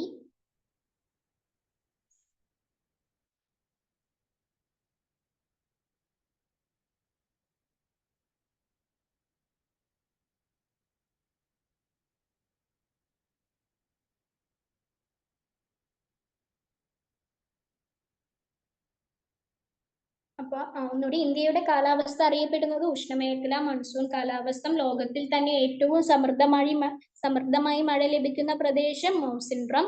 ലോകത്തിലെ ഏറ്റവും കൂടുതൽ മഴ ലഭിക്കുന്ന രണ്ടാമത്തെ പ്രദേശമോ? ചിറാപുഞ്ചി. ചിറാപുഞ്ചി അറിയപ്പെടുന്ന മറ്റൊരു പേരെന്താണ്? സെഹറ. ചിറാപുഞ്ചി സ്ഥിതി ചെയ്യുന്നത് എവിടെയാണ്? മേഘാലയയിലെ ഖാസി കുന്നുകളുടെ തെക്കേ ചരിവിൽ. കാശ്മീരിലെ കാർഗിൽ, ത്രാസ് എന്നിവിടങ്ങളിൽ ശൈത്യകാലത്ത് താപനില -40°C വരെ താഴാറുണ്ട്. ഇന്ത്യയിൽ അനുഭവപ്പെടുന്ന 3 തരം കാലങ്ങളാണ് ഏതൊക്കെ? ഉഷ്ണകാലം, ശൈത്യകാലം, മഴക്കാലം. അതിൽ നമുക്ക് ആദ്യം ഉഷ്ണകാലം എന്താണെന്ന് നോക്കാം കേട്ടോ. ഉഷ്ണകാലം അനുഭവപ്പെടുന്നത് മാർച്ച് മുതൽ മെയ് വരെയാണ്. സ്വാഭാവികമായിട്ട് നമുക്ക് ഇവിടെ മാർച്ച് മുതൽ മെയ് വരെ പെരും ചൂടാണല്ലോ അല്ലെ. ഉഷ്ണകാലം അനുഭവപ്പെടുന്നത് മാർച്ച് മുതൽ മെയ് വരെയാണ്. ഉഷ്ണകാലത്ത് ഉത്തരേന്ത്യയിൽ അത്യുഷ്ണം അനുഭവപ്പെടുന്നു. ഉഷ്ണകാലത്ത് ഉത്തരേന്ത്യയിൽ അത്യുഷ്ണം അനുഭവപ്പെടുന്നു. ദക്ഷിണേന്ത്യയുടെ തീരപ്രദേശങ്ങളിൽ സമുദ്ര സാമീപ്യമുള്ളതിനാൽ ഉഷ്ണകാലത്ത് ദക്ഷിണേന്ത്യയിൽ ഉഷ്ണം കഠിനമാകാറില്ല. അപ്പൊ ദക്ഷിണേന്ത്യയുടെ ഉത്തരേന്ത്യയിലാണ് ഭയങ്കരമായിട്ടുള്ള ചൂടുള്ളത് കേട്ടോ. പക്ഷെ ദക്ഷിണേന്ത്യയിൽ എന്ന് പറഞ്ഞാല് ദക്ഷിണേന്ത്യയുടെ തീരപ്രദേശങ്ങളിൽ സമുദ്ര സാമീപ്യമുള്ളതിനാൽ ഉഷ്ണകാലത്ത് ദക്ഷിണേന്ത്യയിൽ ഉഷ്ണം കഠിനമാകാറില്ല എന്നാണ് പറയുന്നത്. ഉഷ്ണകാലത്ത് ഇന്ത്യയിൽ ചിലയിടങ്ങളിൽ ഒറ്റപ്പെട്ട വേനൽ മഴ ലഭിക്കാറുണ്ട്. ഉഷ്ണകാലത്ത് ഇന്ത്യയിലെ ചിലയിടങ്ങളിൽ മാത്രം ഒറ്റപ്പെട്ട മഴ ലഭിക്കാറുണ്ട്. ഇപ്പൊ നമ്മള് ഈ ഉഷ്ണകാലത്ത് ഇടയ്ക്കൊരു മഴ ഇങ്ങനെ പെയ്യല്ലോ. അപ്പൊ നമ്മൾ ഇവിടെ പറയൂല്ലോ ചൂട് കൂടാൻ പെയ്ത മഴയാണ് എന്നുള്ളത്. കാരണം ആ ഒരു പെയ്യാണെങ്കിൽ അത് നന്നായിട്ട് പെയ്യണം. വെറുതെ ചാറിപ്പോയി കഴിഞ്ഞു കഴിഞ്ഞാല് എന്താണ് ഉള്ള ജലാംശം കൂടെ, അതായത് പ്രകൃതിയിലുള്ള ജലാംശം കൂടെ നീരാവിയായിട്ട് പോയിട്ട് ചൂട് കൂടുകയാണ് ചെയ്യുക. അങ്ങനെ മഴ നമ്മുടെ ഇവിടെ പെയ്യുന്നുണ്ടെങ്കിലും പിന്നെ അത് നീരാവിയായി മുകളിലേക്ക് മേഘങ്ങളിൽ പോയി വീണ്ടും മഴയായി പെയ്യുകയാണല്ലോ ചെയ്യുന്നത്. അപ്പൊ ഈ വേനൽക്കാലത്ത് ഇതേപോലത്തെ വേനൽ മഴ പെയ്യുകയാണെങ്കിൽ നല്ലതുപോലെ പെയ്യണം. അല്ലാതെ ഇങ്ങനെ വെറുതെ ചാറിപ്പോയി കഴിഞ്ഞാൽ ചൂട് കൂടുക തന്നെ ചെയ്യും. ഉഷ്ണകാലത്ത് ഇന്ത്യയിൽ പൊതുവെ വരൾച്ച അനുഭവപ്പെടുന്നു. ആണല്ലോ അല്ലെ. നമുക്ക് ഉഷ്ണകാലത്ത് വരൾച്ചയാണല്ലോ ഇവിടെ. അപ്പോ ഇതാണ് ഉഷ്ണകാലം എന്ന് പറയുന്നത്. ഇന്ത്യയുടെ ഉഷ്ണകാലം അനുഭവപ്പെടുന്നത് മാർച്ച് മുതൽ മെയ് വരെയാണ്. ഉഷ്ണകാലത്ത് ഉത്തരേന്ത്യയിൽ അത്യുഷ്ണം അനുഭവപ്പെടുന്നു. ദക്ഷിണേന്ത്യയുടെ തീരപ്രദേശങ്ങളിൽ സമുദ്ര സാമീപ്യമുള്ളതിനാൽ ഉഷ്ണകാലത്ത് ദക്ഷിണേന്ത്യയിൽ ഉഷ്ണം കഠിനമാകാറില്ല. ഉഷ്ണകാലത്ത് ഇന്ത്യയിൽ ചിലയിടങ്ങളിൽ ഒറ്റപ്പെട്ട വേനൽ മഴ ലഭിക്കാറുണ്ട്. ഉഷ്ണകാലത്ത് ഇന്ത്യയിൽ പൊതുവെ വരൾച്ച അനുഭവപ്പെടുന്നു. വരൾച്ച എന്ന പ്രകൃതി ദുരന്തം കുറഞ്ഞ മഴയോ ജലത്തിന്റെ അമിത ചൂഷണമോ കാരണം കടുത്ത ജല ദൗർബല്യം അനുഭവപ്പെടുന്ന സാഹചര്യമാണ് വരൾച്ച എന്ന് പറയുന്നത്. എന്താണ് വരൾച്ച? കുറഞ്ഞ മഴയോ ജലത്തിന്റെ അമിത ചൂഷണമോ കാരണം കടുത്ത ജല ദൗർബല്യം അനുഭവപ്പെടുന്ന സാഹചര്യമാണ് വരൾച്ച. ഇന്ത്യയിലെ 1/3 പ്രദേശങ്ങളും വരൾച്ച ബാധിത പ്രദേശങ്ങളാണ്. അപ്പം ഇന്ത്യയിലെ 1/3 എന്താണ്? വരൾച്ച ബാധിച്ച പ്രദേശങ്ങളാണ്. വിളനാശം, ശുദ്ധജല ദൗർബല്യം തുടങ്ങിയ ദുരവസ്ഥകൾക്ക് കാരണമാകുന്ന ഈ പ്രകൃതി ദുരന്തത്തിന്റെ തീവ്രത കുറയ്ക്കാൻ സ്വീകരിക്കേണ്ട നടപടികൾ എന്തൊക്കെയാണെന്നറിയോ? ജലസമൃദ്ധമായ നദികളെ വരണ്ട പ്രദേശങ്ങളിലെ നദികളുമായി ബന്ധിപ്പിക്കുക. വരൾച്ചയെ അതിജീവിക്കുന്ന വിളകൾ കൃഷി ചെയ്യൽ, മഴവെള്ള കൊയ്ത്ത് നടപ്പിലാക്കല്. ഇതൊക്കെയാണ് ഈ പറയുന്ന വരൾച്ച കുറയ്ക്കാൻ വേണ്ടിയിട്ട് സ്വീകരിക്കേണ്ട ചില മാർഗങ്ങൾ എന്ന് പറയുന്നത് കേട്ടോ. അപ്പൊ എന്താണ് വരൾച്ച എന്ന പ്രകൃതി ദുരന്തം? അതൊരു പ്രകൃതി ദുരന്തം തന്നെയാണ് സത്യത്തിൽ അല്ലെ. പ്രകൃതിക്ക് മാത്രമല്ല നമുക്കും ഒരു ദുരന്തമാണ് വരൾച്ച എന്ന് പറഞ്ഞാല്. കുറഞ്ഞ മഴയോ ജലത്തിന്റെ അമിത ചൂഷണമോ കാരണം കടുത്ത ജല ദൗർബല്യം അനുഭവപ്പെടുന്ന സാഹചര്യമാണ് വരൾച്ച. ഇന്ത്യയിലെ 1/3 പ്രദേശങ്ങളും വരൾച്ച ബാധിത പ്രദേശങ്ങളാണ്. വിളനാശം, ശുദ്ധജല ദൗർബല്യം തുടങ്ങിയ ദുരവസ്ഥകൾക്ക് കാരണമാകുന്ന ഈ പ്രകൃതി ദുരന്തത്തിന്റെ തീവ്രത കുറയ്ക്കാൻ സ്വീകരിക്കേണ്ട നടപടികളാണ് ജലസമൃദ്ധമായ നദികളെ വരണ്ട പ്രദേശങ്ങളിലെ നദികളുമായി ബന്ധിപ്പിക്കൽ, വരൾച്ചയെ അതിജീവിക്കുന്ന വിളകൾ കൃഷി ചെയ്യൽ, മഴവെള്ള കൊയ്ത്ത് നടപ്പിലാക്കൽ. അടുത്ത നമുക്ക് ശൈത്യകാലം, വിന്റർ സീസൺ എന്താണെന്ന് പഠിക്കാം. ശൈത്യകാലം അനുഭവപ്പെടുന്നത് ഡിസംബർ മുതൽ ഫെബ്രുവരി വരെയാണ്. അപ്പൊ ശൈത്യകാലം ഏതൊക്കെയാണ് മാസങ്ങളിലാണ് ഇന്ത്യയിൽ അനുഭവപ്പെടുന്നത്? ഡിസംബർ മുതൽ ഫെബ്രുവരി വരെയാണ്. ഉത്തരേന്ത്യയിൽ അതിശൈത്യം അനുഭവപ്പെടുന്ന ഈ കാലത്ത് ഹിമാലയ പർവ്വത നിരകളിൽ മഞ്ഞുവീഴ്ച ഉണ്ടാകാറുണ്ട്. സ്വാഭാവികമായിട്ടും ഈ ഡിസംബർ ടു ഫെബ്രുവരി മാസങ്ങളിലാണ് ഈ പറയുന്ന ഹിമാലയത്തിലെ സുഖവാസ കേന്ദ്രങ്ങളിലേക്ക് യാത്ര പോകുന്നത് പലവരും. കാരണം മഞ്ഞുവീഴ്ച അവിടെ കൂടുതൽ ആ ഒരു ടൈമിൽ നല്ലോണം ഉണ്ടാവും. അപ്പൊ വളരെ മനോഹരമായിരിക്കും. അതിനാലാണ് ആ ഒരു ടൈമിൽ പോകുന്നത് കേട്ടോ. ഉത്തരേന്ത്യയിൽ അതിശൈത്യം അനുഭവപ്പെടുന്ന ഈ കാലത്ത് ഹിമാലയ പർവ്വത നിരകളിൽ മഞ്ഞുവീഴ്ച ഉണ്ടാകാറുണ്ട്. പൊതുവെ വരണ്ട അന്തരീക്ഷം നിലനിൽക്കുന്ന ശൈത്യകാലത്ത് പഞ്ചാബിലും പരിസര പ്രദേശങ്ങളിലും ലഭ്യമാകുന്ന മഴ ഗോതമ്പ് കൃഷിക്ക് അനുയോജ്യമാണ്. പൊതുവെ വരണ്ട അന്തരീക്ഷം നിലനിൽക്കുന്ന ശൈത്യകാലത്ത് ഒരു വരണ്ട അന്തരീക്ഷം തന്നെ ആയിരിക്കുമല്ലോ. ശൈത്യകാലത്ത് പഞ്ചാബിലും പരിസര പ്രദേശങ്ങളിലും ലഭ്യമാകുന്ന മഴ ഗോതമ്പ് കൃഷിക്ക് അനുയോജ്യമാകാറുണ്ട്. ഉത്തരേന്ത്യയെ അപേക്ഷിച്ച് ദക്ഷിണേന്ത്യയിൽ ശൈത്യത്തിന്റെ കാഠിന്യം കുറവാണ് കേട്ടോ.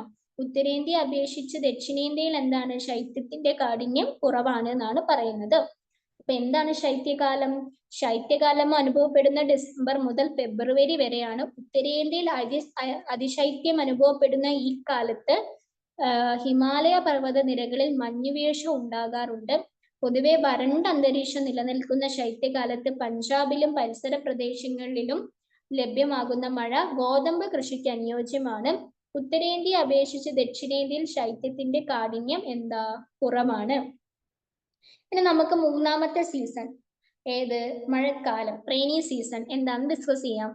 ഇന്ത്യയിൽ 2 തരം മഴക്കാലങ്ങളാണ് അനുഭവപ്പെടാറുള്ളത്. ഏതൊക്കെയാണെന്ന് അറിയോ നിങ്ങൾക്ക്? ഇന്ത്യയിലെ തെക്കു പടിഞ്ഞാറൻ മൺസൂൺ കാലവും വടക്കു കിഴക്കൻ മൺസൂൺ കാലവുമാണ് അനുഭവപ്പെടാറുള്ളത്. ഇന്ത്യയിൽ 2 തരം മഴക്കാലങ്ങൾ അനുഭവപ്പെടാറുണ്ട്. ഏതൊക്കെയാണ്? തെക്കു പടിഞ്ഞാറൻ മൺസൂൺ കാലവും വടക്കു കിഴക്കൻ മൺസൂൺ കാലവും. ഇതില് തെക്കു പടിഞ്ഞാറൻ മൺസൂൺ കാലം എന്ന് പറഞ്ഞാല് തെക്കു പടിഞ്ഞാറൻ മൺസൂൺ കാലം ജൂൺ മുതൽ സെപ്റ്റംബർ വരെയാണുള്ളത് കേട്ടോ. തെക്കു പടിഞ്ഞാറൻ മൺസൂൺ കാലം ഏതൊക്കെ മാസങ്ങളിലാണ്? ജൂൺ മുതൽ സെപ്റ്റംബർ വരെയാണുള്ളത്. ഇന്ത്യയിൽ ഏറ്റവും കൂടുതൽ മഴ ലഭിക്കുന്ന കാലം ഏതാണ്? തെക്കു പടിഞ്ഞാറൻ മൺസൂൺ കാലമാണ്. ഇന്ത്യയിൽ ഏറ്റവും കൂടുതൽ മഴ ലഭിക്കുന്നത് തെക്കു പടിഞ്ഞാറൻ മൺസൂൺ കാലത്താണ്. ഇന്ത്യൻ മഹാസമുദ്രത്തിൽ നിന്നും ഈർപ്പം വഹിച്ചുകൊണ്ട് വരുന്ന കാറ്റുകളെ പർവ്വതനിരകൾ തടഞ്ഞു നിർത്തുന്നതിനാൽ പടിഞ്ഞാറൻ തീരത്തും വടക്ക് കിഴക്കൻ സംസ്ഥാനങ്ങളിലും ഹിമാലയത്തിന്റെ അടിവാര മേഖലകളിലും ധാരാളം മഴ ലഭിക്കുന്നത് തെക്കു പടിഞ്ഞാറൻ മൺസൂൺ കാലം കൊണ്ടാണ് കേട്ടോ. എങ്ങനെ? ഇന്ത്യൻ മഹാസമുദ്രത്തിൽ നിന്നും ഈർപ്പം വഹിച്ചുകൊണ്ട് വരുന്ന കാറ്റുകളെ പർവ്വതനിരകൾ തടഞ്ഞു നിർത്തുന്നതിനാൽ പടിഞ്ഞാറൻ തീരത്തും വടക്ക് കിഴക്കൻ സംസ്ഥാനങ്ങളിലും ഹിമാലയത്തിന്റെ അടിവാര മേഖലകളിലും ധാരാളം മഴ ലഭിക്കുന്നത് തെക്കു പടിഞ്ഞാറൻ മൺസൂൺ കാലമായതുകൊണ്ടാണ്. ഇനി വടക്കു കിഴക്കൻ മൺസൂൺ കാലം അടുത്തത് കേട്ടോ. വടക്കു കിഴക്കൻ മൺസൂൺ കാലം ഒക്ടോബർ മുതൽ നവംബർ വരെയാണ്. വടക്കു കിഴക്കൻ മൺസൂൺ കാലം എങ്ങനെയാണ്? ഒക്ടോബർ മുതൽ നവംബർ വരെയാണ്. ഇന്ത്യയുടെ കിഴക്കൻ തീരത്ത്, പ്രത്യേകിച്ച് തമിഴ്നാട്, ആന്ധ്ര തീരങ്ങളിൽ ഏറ്റവും കൂടുതൽ മഴ ലഭിക്കുന്ന കാലം വടക്കു കിഴക്കൻ മൺസൂൺ കാലത്താണ് കേട്ടോ.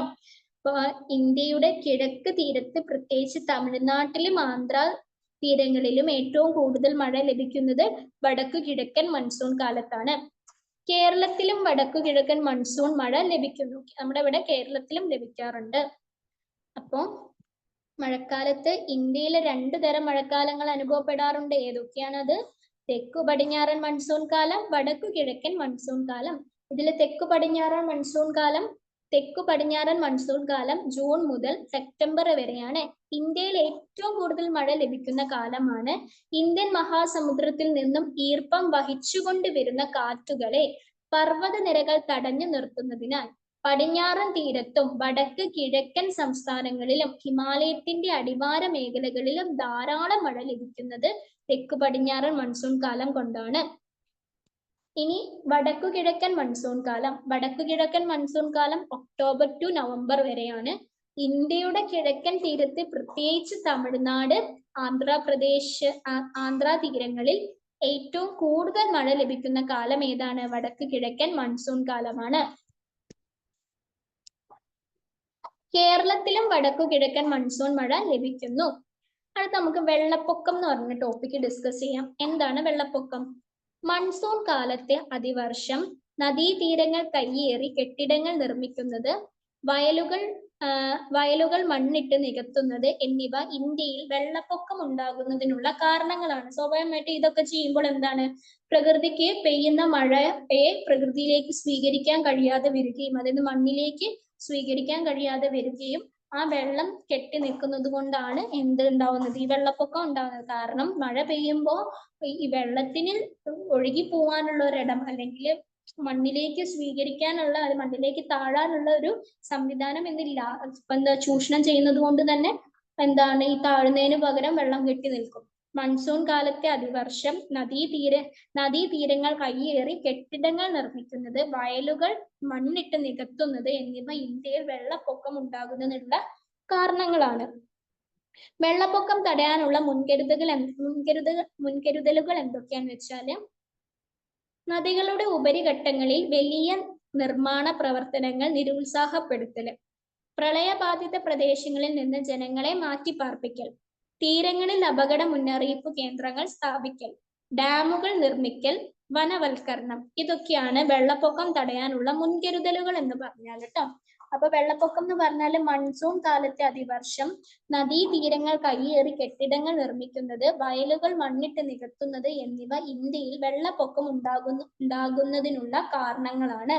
വെള്ളപ്പൊക്കം തടയാനുള്ള മുൻകരുതലുകളാണ് നദികളുടെ ഉപരിഘട്ടത്തിൽ വലിയ നിർമ്മാണ പ്രവർത്തനങ്ങൾ നിരുത്സാഹപ്പെടുത്തൽ, പ്രളയബാധിത പ്രദേശങ്ങളിൽ നിന്ന് ജനങ്ങളെ മാറ്റിപ്പാർപ്പിക്കൽ, തീരങ്ങളിൽ അപകട മുന്നറിയിപ്പ് കേന്ദ്രങ്ങൾ സ്ഥാപിക്കൽ, ഡാമുകൾ നിർമ്മിക്കൽ, വനവൽക്കരണം. ഇതെല്ലാം. ഇനി നൈസർഗിക സസ്യജാലങ്ങളും ജന്തുവൈവിധ്യവും അതാണ് അടുത്തതായിട്ട് നമ്മൾ ഡിസ്കസ് ചെയ്യുന്നത്. ഒരു പ്രദേശത്തെ ഭൂപ്രകൃതി, കാലാവസ്ഥ, മണ്ണിനങ്ങൾ എന്നീ ഭൗതിക സവിശേഷതകൾക്കനുസൃതമായി അവിടെ വളരുന്ന സ്വാഭാവിക സസ്യ ഇനങ്ങളാണ് എന്ത്? നൈസർഗിക സസ്യജാലങ്ങൾ. എന്താണ് നൈസർഗിക സസ്യജാലങ്ങൾ? ഒരു പ്രദേശത്തെ ഭൂപ്രകൃതി, കാലാവസ്ഥ, മണ്ണിനങ്ങൾ എന്നീ ഭൗതിക സവിശേഷതകൾക്കനുസൃതമായി അവിടെ വളരുന്ന സ്വാഭാവിക സസ്യ ഇനങ്ങളാണ് നൈസർഗിക സസ്യജാലങ്ങൾ. കാലാവസ്ഥയ്ക്ക് അനുസൃതമായി ജന്തുജാലങ്ങളിലും വൈവിധ്യങ്ങൾ നിലനിൽക്കുന്നു. അപ്പൊ കാലാവസ്ഥയ്ക്ക് അനുസൃതമായിട്ട് ജന്തുജാലങ്ങളിലും എന്താണ്, പല ഡിഫറൻസസും ഉണ്ടാവാറുണ്ട്. ഇന്ത്യയിലെ വിവിധ നൈസർഗിക സസ്യജാലങ്ങളാണ് ഉഷ്ണമേഖല നിത്യഹരിത വനങ്ങൾ, ഇലപൊഴിയും കാടുകൾ, മുൾച്ചെടികളും കുറ്റിക്കാടുകളും, കണ്ടൽ കാടുകൾ, പർവ്വത വനങ്ങൾ. ഏതൊക്കെയാണ് ഇന്ത്യയിലെ വിവിധ നൈസർഗിക സസ്യജാലങ്ങൾ? ഉഷ്ണമേഖല നിത്യഹരിത വനങ്ങൾ, ഇലപൊഴിയും കാടുകൾ, മുൾച്ചെടികളും കുറ്റിക്കാടുകളും, കണ്ടൽ കാടുകൾ, പർവ്വത വനങ്ങൾ. ഇവയൊക്കെ. അപ്പൊ നൈസർഗിക സസ്യജാലങ്ങളും ജന്തുവൈവിധ്യവും ഒരു പ്രദേശത്തെ ഭൂപ്രകൃതി, കാലാവസ്ഥ, മണ്ണിനങ്ങൾ എന്നീ ഭൗതിക സവിശേഷതകൾക്കനുസൃതമായി അവിടെ വളരുന്ന സ്വാഭാവിക സസ്യ ഇനങ്ങളാണ് എന്ത്? നൈസർഗിക സസ്യജാലങ്ങൾ. കാലാവസ്ഥയ്ക്കനുസൃതമായി ജന്തുജാലങ്ങളിലും വൈവിധ്യം നിലനിൽക്കുന്നു. ഇന്ത്യയിലെ വിവിധ നൈസർഗിക സസ്യജാലങ്ങളാണ് ഉഷ്ണമേഖല നിത്യഹരിത വനങ്ങൾ, ഇലപൊഴിയും കാടുകൾ, മുൾച്ചെടികളും കുറ്റിക്കാടുകളും, കണ്ടൽ കാടുകൾ, പർവ്വത വനങ്ങൾ. അതിൽ നമുക്കിനി ഉഷ്ണമേഖല നിത്യഹരിത വനങ്ങളാണ് ആദ്യം ഡിസ്കസ് ചെയ്യാനുള്ളത് കേട്ടോ. വാർഷിക വർഷപാതം വളരെ കൂടുതലുള്ള പശ്ചിമഘട്ടത്തിലും വടക്കു കിഴക്കൻ സംസ്ഥാനങ്ങളിലും കാണപ്പെടുന്ന വനങ്ങളാണ് എന്ത്? ഉഷ്ണമേഖല നിത്യഹരിത വനങ്ങൾ എന്ന് പറയുന്നത്. എങ്ങനെ? വാർഷിക വർഷപാതം വളരെ കൂടുതലുള്ള പശ്ചിമഘട്ടത്തിലും വടക്കു കിഴക്കൻ സംസ്ഥാനങ്ങളിലും കാണപ്പെടുന്ന വനങ്ങളാണ് ഉഷ്ണമേഖല നിത്യഹരിത വനങ്ങൾ. സിംഹവാലൻ കുരങ്ങ്, പലതരം പാമ്പുകൾ, വിവിധ ഇനം ഷഡ്പദങ്ങൾ, ലോകത്തിലെ ഏറ്റവും വലിയ നിശാശലഭമായ അറ്റ്ലാസ് മോത്ത് ഉൾപ്പെടെ നിരവധി ശലഭ ഇനങ്ങൾ എന്നിവ ഈ കാടുകളിലുണ്ട്. ഏത് കാടുകളിൽ? ഉഷ്ണമേഖല നിത്യഹരിത വനങ്ങളിലുണ്ട്. എന്തൊക്കെയാണ് ഉഷ്ണമേഖല നിത്യഹരിത വനങ്ങളിലുള്ള ജീവജാലങ്ങള്? സിംഹവാലൻ കുരങ്ങ്, പലതരം പാമ്പുകൾ, വിവിധ ഇനം ഷഡ്പദങ്ങൾ, ലോകത്തിലെ ഏറ്റവും വലിയ നിശാശലഭമായ അറ്റ്ലാസ് മോത്ത് ഉൾപ്പെടെ നിരവധി ശലഭ ഇനങ്ങൾ ഈ കാടുകളിലുണ്ട്. ഉഷ്ണമേഖലാ നിത്യഹരിത വനങ്ങളെ പറ്റിയിട്ടുള്ള ഫാക്ട്സ് ഇതൊക്കെയാണ്. വാർഷിക വർഷപാതം വളരെ കൂടുതലുള്ള പശ്ചിമഘട്ടത്തിലും വടക്കു കിഴക്കൻ സംസ്ഥാനങ്ങളിലും കാണപ്പെടുന്ന വനങ്ങളാണ് സിംഹവാലൻ കുരങ്ങ്, പലതരം പാമ്പുകൾ, വിവിധ ഇനം ഷഡ്പദങ്ങൾ, ലോകത്തിലെ ഏറ്റവും വലിയ നിശാശലഭമായ ഇത് സ്മോത്ത് ഉൾപ്പെടെ നിരവധി ശലഭ ഇനങ്ങൾ എന്നിവ ഈ കാടുകളിലുണ്ട്. ഈ അറ്റ്ല എന്നതിനെ എന്ന് വെച്ചാല് ഇറ്റായുടെ താഴെ ലായാണ് കേട്ടോ. അത് അങ്ങനെ കൂട്ടക്ഷരത്തിൽ പെടുന്നത് കൊണ്ട് പറ്റുന്നതാണ്. ഞാനൊന്ന് കറക്റ്റ് ചെയ്ത് എടുത്തരാം, നിങ്ങൾക്ക് കൺഫ്യൂഷൻ വരണ്ട ഇനി. കാരണം കീബോർഡ് അങ്ങനെയായിരിക്കും കാണിക്കുക, അതുകൊണ്ടാണ്.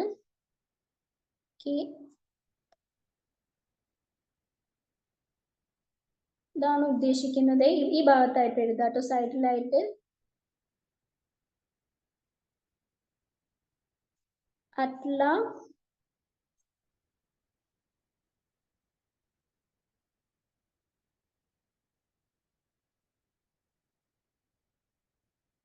സ്മൂത്ത്, ഇതാണ് എന്ത് ആ പറയുന്ന ശലഭത്തിന്റെ പേര് കേട്ടോ. ആ കൃത്യമായിട്ട് തന്നെയാണ് എഴുതിയിട്ടുള്ളത്. പക്ഷെ ഞാൻ പറഞ്ഞല്ലോ കൂട്ടക്ഷരം വരുന്നത് കൊണ്ടാണ്, മലയാളത്തിൽ കൂട്ടി എഴുതുന്നത് കൊണ്ടാണ്. ഇത് നല്ല ടൈപ്പ് അങ്ങനത്തെ ആണ് കീബോർഡ്, അപ്പൊ അതുകൊണ്ടാണ് മനസ്സിലാവാതെ. ഇത് അറ്റ്ലാസ് സ്മൂത്ത് എന്നാണ് കേട്ടോ. അപ്പോ ഒന്ന് ജസ്റ്റ് ഒന്ന് എഴുതി എടുത്തേരെ, കൺഫ്യൂഷൻ വരണ്ട.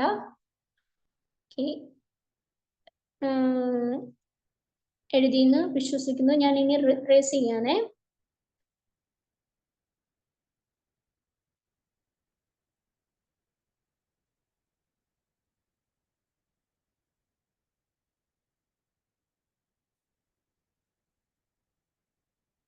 അടുത്ത നമുക്ക് ഇലപൊഴിയും കാടുകളെ പറ്റിയിട്ടാണ് പഠിക്കാനുള്ളത് കേട്ടോ.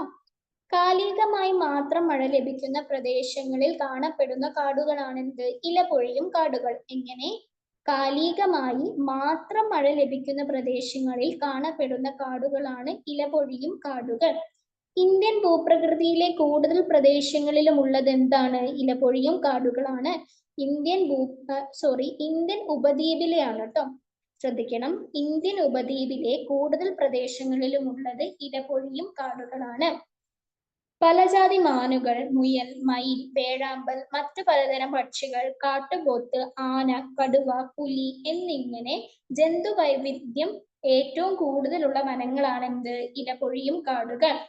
പലജാതി മാനുകൾ, മുയൽ, മയിൽ, വേഴാമ്പൽ, മറ്റു പലതരം പക്ഷികൾ, കാട്ടുപോത്ത്, ആന, കടുവ, പുലി എന്നിങ്ങനെ ജന്തുവൈവിധ്യം ഏറ്റവും കൂടുതലുള്ള വനങ്ങളാണ് എന്ത്? ഇലപൊഴിയും കാടുകൾ.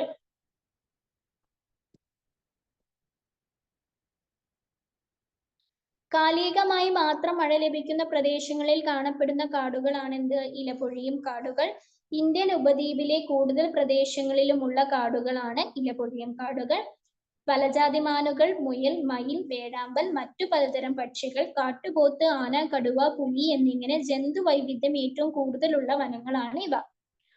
ഇനി അടുത്ത നമുക്ക് മുൾച്ചെടികളും കുറ്റിക്കാടുകളും അതെന്താ നോക്കാം. രാജസ്ഥാൻ മരുഭൂമിയിലും ഉപദ്വീപിന്റെ മധ്യഭാഗങ്ങളിലും മഴ തീരെ കുറവായതിനാൽ മുൾച്ചെടികളും കുറ്റിക്കാടുകളുമാണ് വളരുന്നത്.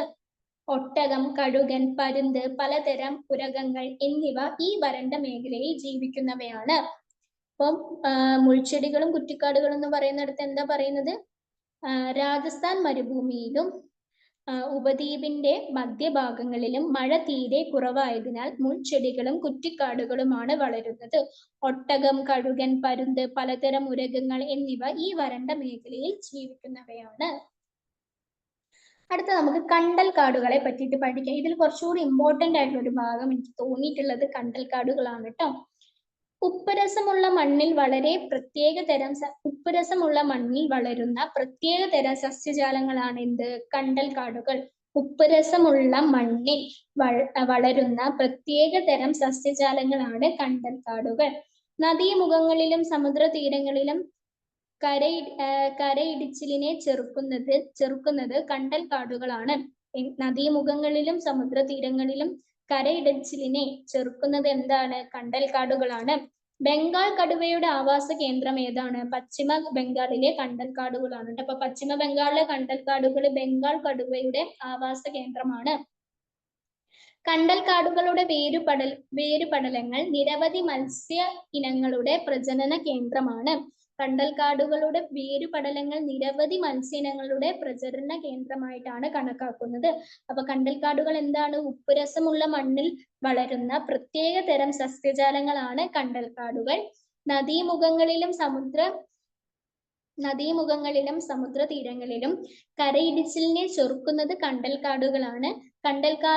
കണ്ടൽക്കാടുകളുടെ വേരുപടലങ്ങൾ നിരവധി മത്സ്യയിനങ്ങളുടെ പ്രജനന കേന്ദ്രമാണ്. അടുത്ത നമുക്ക് പർവ്വത വനങ്ങളെ പറ്റിയിട്ടാണ് പഠിക്കാനുള്ളത് കേട്ടോ. ഉയരം കൂടിയ പ്രദേശങ്ങളിൽ കാണുന്ന സ്തൂപികാഗ്ര വൃക്ഷങ്ങളും കേട്ടോ. ഉയരം കൂടിയ പ്രദേശങ്ങളിൽ കാണുന്ന സ്തൂപികാഗ്ര വൃക്ഷങ്ങളും അതിശൈത്യമുള്ള പർവ്വതങ്ങളിലെ പായൽ വർഗ സസ്യങ്ങളും പർവ്വത വനങ്ങളിൽ പെടുന്നു. ഏതൊക്കെയാണ് പർവ്വത വനങ്ങളിൽ പെടുന്നത്? ഉയരം കൂടിയ പ്രദേശങ്ങളിൽ കാണുന്ന സ്തൂപികാഗ്ര വൃക്ഷങ്ങളും അതിശൈത്യമുള്ള പർവ്വതങ്ങളിലെ പായൽ വർഗ സസ്യങ്ങളും പർവ്വത വനങ്ങളിൽ പെടുന്നു. കസ്തൂരിമാൻ, വരയാട്, ഹിമപ്പുലി തുടങ്ങിയ അപൂർവ ജീവികളുടെ ആവാസ കേന്ദ്രമാണിവിടം. കസ്തൂരിമാൻ, വരയാട്, ഹിമപ്പുലി ഒക്കെ ഏറ്റവും കൂടുതൽ കാണുന്നത് എവിടെയാണ്? ഈ പർവ്വത വനങ്ങളിലാണ്. പശ്ചിമഘട്ടത്തിന്റെ ഉയർന്ന പ്രദേശങ്ങളിലും വരയാടിനെ കാണാവുന്നതാണ് കേട്ടോ. അപ്പൊ എന്താണ്? ബംഗാൾ കടുവയുടെ ആവാസ കേന്ദ്രവും പശ്ചിമ ബംഗാളിലെ കണ്ടൽക്കാടുകളാണ് നമ്മൾ പറഞ്ഞു. ഇനി പർവ്വത വനങ്ങളാണ്. ഉയരം കൂടിയ പ്രദേശങ്ങളിൽ കാണുന്ന സ്തൂപികാഗ്ര വൃക്ഷങ്ങളും അതിശൈത്യമുള്ള പർവ്വതങ്ങളിലെ പായൽ വർഗ സസ്യങ്ങളും പർവ്വത വനങ്ങളിൽ പെടുന്നു.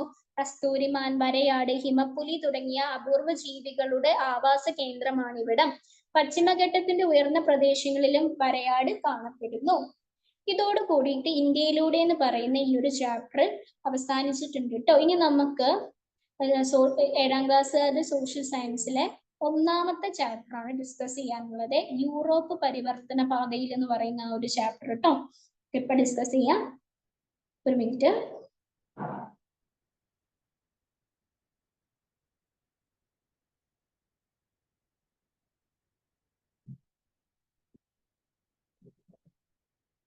യൂറോപ്പ് പരിവർത്തന പാതയിൽ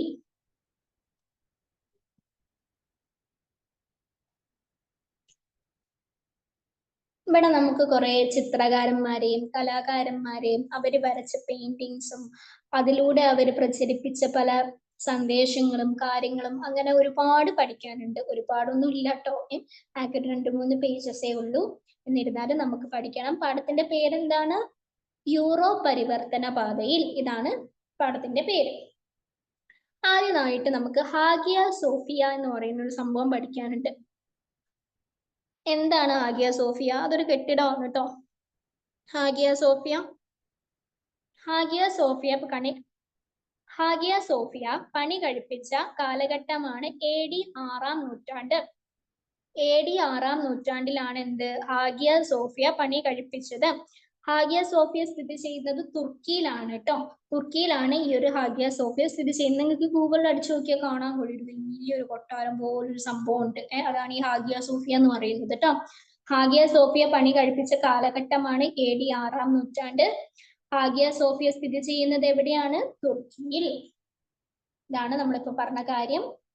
കണ്ടോ? ഹാഗിയ സോഫിയ പണി കഴിപ്പിച്ച കാലഘട്ടം AD 6-ാം നൂറ്റാണ്ടാണ്. ഹാഗിയ സോഫിയ സ്ഥിതി ചെയ്യുന്നത് എവിടെയാണ്? തുർക്കിയില്. ഇനി നമുക്ക് കിഴക്കൻ റോമ സാമ്രാജ്യത്തിന്, ഇത്രേ ഉള്ളൂ ഹാഗിയ സോഫിയെ പറ്റിയിട്ടുള്ള ഫാക്ട്സ് കേട്ടോ. നമുക്ക് കിഴക്കൻ റോമ സാമ്രാജ്യത്തെ പറ്റി പഠിക്കാനുണ്ട്. ഈ കിഴക്കൻ റോമ സാമ്രാജ്യത്തിന്റെ സ്ഥലസ്ഥാനം എന്ന് പറയുന്നത് കോൺസ്റ്റാന്റിനോപ്പിൾ ആണ് കേട്ടോ. കിഴക്കൻ റോമ സാമ്രാജ്യത്തിന്റെ തലസ്ഥാനം ഏതാണ്? കോൺസ്റ്റാന്റിനോപ്പിൾ. കോൺസ്റ്റാന്റിനോപ്പിൾ നിലവിൽ അറിയപ്പെടുന്നത് ഇസ്താംബൂൾ. ഇപ്പൊ നിലവിൽ ഇസ്താംബൂൾ എന്നാണ് ഈ കോൺസ്റ്റാന്റിനോപ്പിൾ അറിയപ്പെടുന്നത്. ഏഷ്യൻ രാജ്യങ്ങളിൽ നിന്നും യൂറോപ്യൻ രാജ്യങ്ങളിലേക്കുള്ള പ്രധാന പ്രവേശന കവാടമായിരുന്നു എന്ത്? ഈ കോൺസ്റ്റാന്റിനോപ്പിൾ. ഏഷ്യൻ രാജ്യങ്ങളിൽ നിന്നും യൂറോപ്യൻ രാജ്യങ്ങളിലേക്കുള്ള പ്രധാന പ്രവേശന കവാടമായി കണക്കാക്കിയിരുന്നത് കോൺസ്റ്റാന്റിനോപ്പിൾ ആയിരുന്നു. തുർക്കികൾ കോൺസ്റ്റാന്റിനോപ്പിൾ പിന്നീട് കീഴടക്കേണ്ടായി 1453 കേട്ടോ. എന്നാണ് തുർക്കികൾ കോൺസ്റ്റാന്റിനോപ്പിൾ കീഴടക്കിയത്? 1453. കിഴക്കൻ റോമ സാമ്രാജ്യത്തിന്റെ തകർച്ചയ്ക്ക് കാരണം തന്നെ ഈ തുർക്കികൾ കോൺസ്റ്റാന്റിനോപ്പിൾ കീഴടക്കിയത് കൊണ്ടാണ്. കിഴക്കൻ റോമ സാമ്രാജ്യത്തിന്റെ തകർച്ചയ്ക്ക് കാരണം എന്താണ്? അപ്പോൾ തുർക്കികൾ കോൺസ്റ്റാന്റിനോപ്പിൾ കീഴടക്കിയത്. കിഴക്കൻ റോമ സാമ്രാജ്യത്തിന്റെ തകർച്ചയെ തുടർന്ന് അവിടെ കേന്ദ്രീകരിച്ചിരുന്ന കലാകാരന്മാരും സാഹിത്യകാരന്മാരും ഉൾപ്പെടെയുള്ള വിഭാഗം ഇറ്റാലിയൻ നഗരങ്ങളിലേക്ക് പലായനം ചെയ്തു എന്നാണ് പറയുന്നത്. എങ്ങനെ? കിഴക്കൻ റോമ സാമ്രാജ്യത്തിന്റെ തകർച്ചയെ തുടർന്ന് അവിടെ കേന്ദ്രീകരിച്ചിരുന്ന കലാകാരന്മാരും സാഹിത്യകാരന്മാരും ഒക്കെ ഇറ്റാലിയൻ നഗരങ്ങളിലേക്ക് പലായനം ചെയ്യുകയുണ്ടായി, ഓടിപ്പോവുകയുണ്ടായി. പുരാതന ഗ്രീക്കോ റോമൻ സംസ്കാരത്തിന്റെ പൈതൃകം പേറുന്ന രാജ്യമാണ് ഇറ്റലി എന്ന് പറയുന്നത്. എന്ത്? പുരാതന ഗ്രീക്കോ റോമൻ സാമ്രാജ്യത്തിന്റെ പൈതൃകം പേറുന്ന രാജ്യം അതേതാണ്? ഇറ്റലിയാണ്. അപ്പൊ ഇത്രയും കാര്യങ്ങളാണ് എന്ത് കിഴക്കൻ റോമ സാമ്രാജ്യത്തിൽ ഇമ്പോർട്ടന്റ് ആയിട്ടും പഠിക്കേണ്ടത്. എന്താണ്? കിഴക്കൻ റോമ സാമ്രാജ്യത്തിന്റെ തലസ്ഥാനവും ഏഷ്യൻ രാജ്യങ്ങളിൽ നിന്ന് യൂറോപ്യൻ രാജ്യങ്ങളിലേക്കുള്ള പ്രധാന പ്രവേശന കവാടമായിരുന്ന സ്ഥലവും ഏതാണ്? കോൺസ്റ്റാന്റിനോപ്പിൾ ആണ്. കോൺസ്റ്റാന്റിനോപ്പിൾ നിലവിൽ അറിയപ്പെടുന്നത് ഇസ്താംബുൾ. തുർക്കികൾ കോൺസ്റ്റാന്റിനോപ്പിൾ കീഴടക്കിയ വർഷം എന്നാണ്? 1453. 1453 തുർക്കികൾ കോൺസ്റ്റാന്റിനോപ്പിൾ കീഴടക്കി.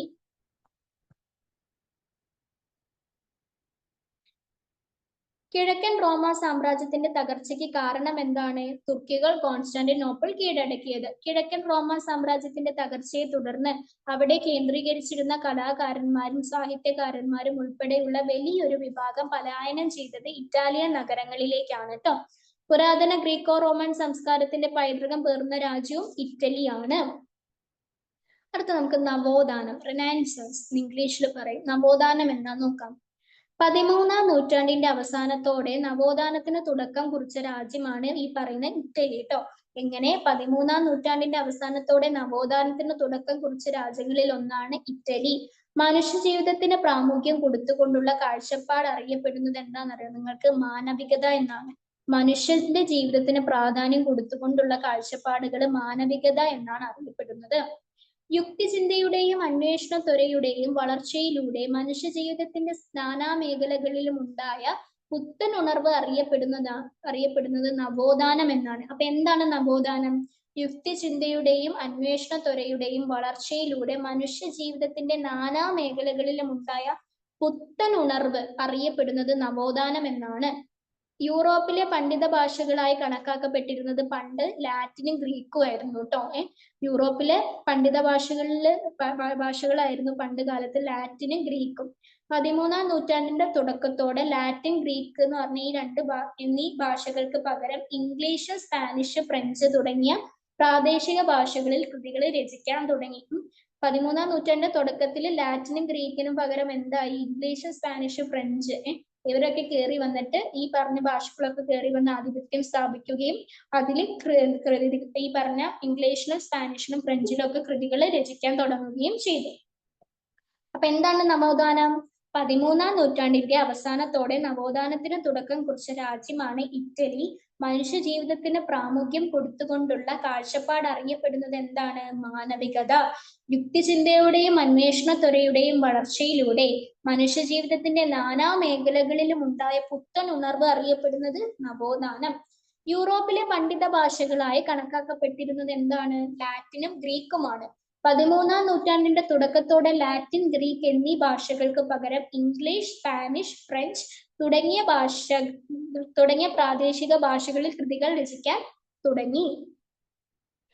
അടുത്ത നമുക്ക് ഒരാളെ പരിചയപ്പെടാം. ആരാണെന്നറിയോ? നമ്മുടെ നവോത്ഥാനത്തിന്റെ പിതാവ്. ആരാണ് നവോത്ഥാനത്തിന്റെ പിതാവ്? പല മേഖലകൾക്കും ഒരു തലവൻ ഉണ്ടാകും അല്ലെ? ഒരു പിതാവ് ഉണ്ടാവും. അതേപോലെ നവോത്ഥാനത്തിന്റെ പിതാവാണ് പെട്രാർക്ക് കേട്ടോ. പെട്രാർക്ക് എന്ന് പറഞ്ഞ സാഹിത്യകാരൻ ജീവിച്ചിരുന്നത് AD 1304 മുതൽ 1374 വരെയാണെന്നാണ് കണക്കാക്കപ്പെടുന്നത് കേട്ടോ.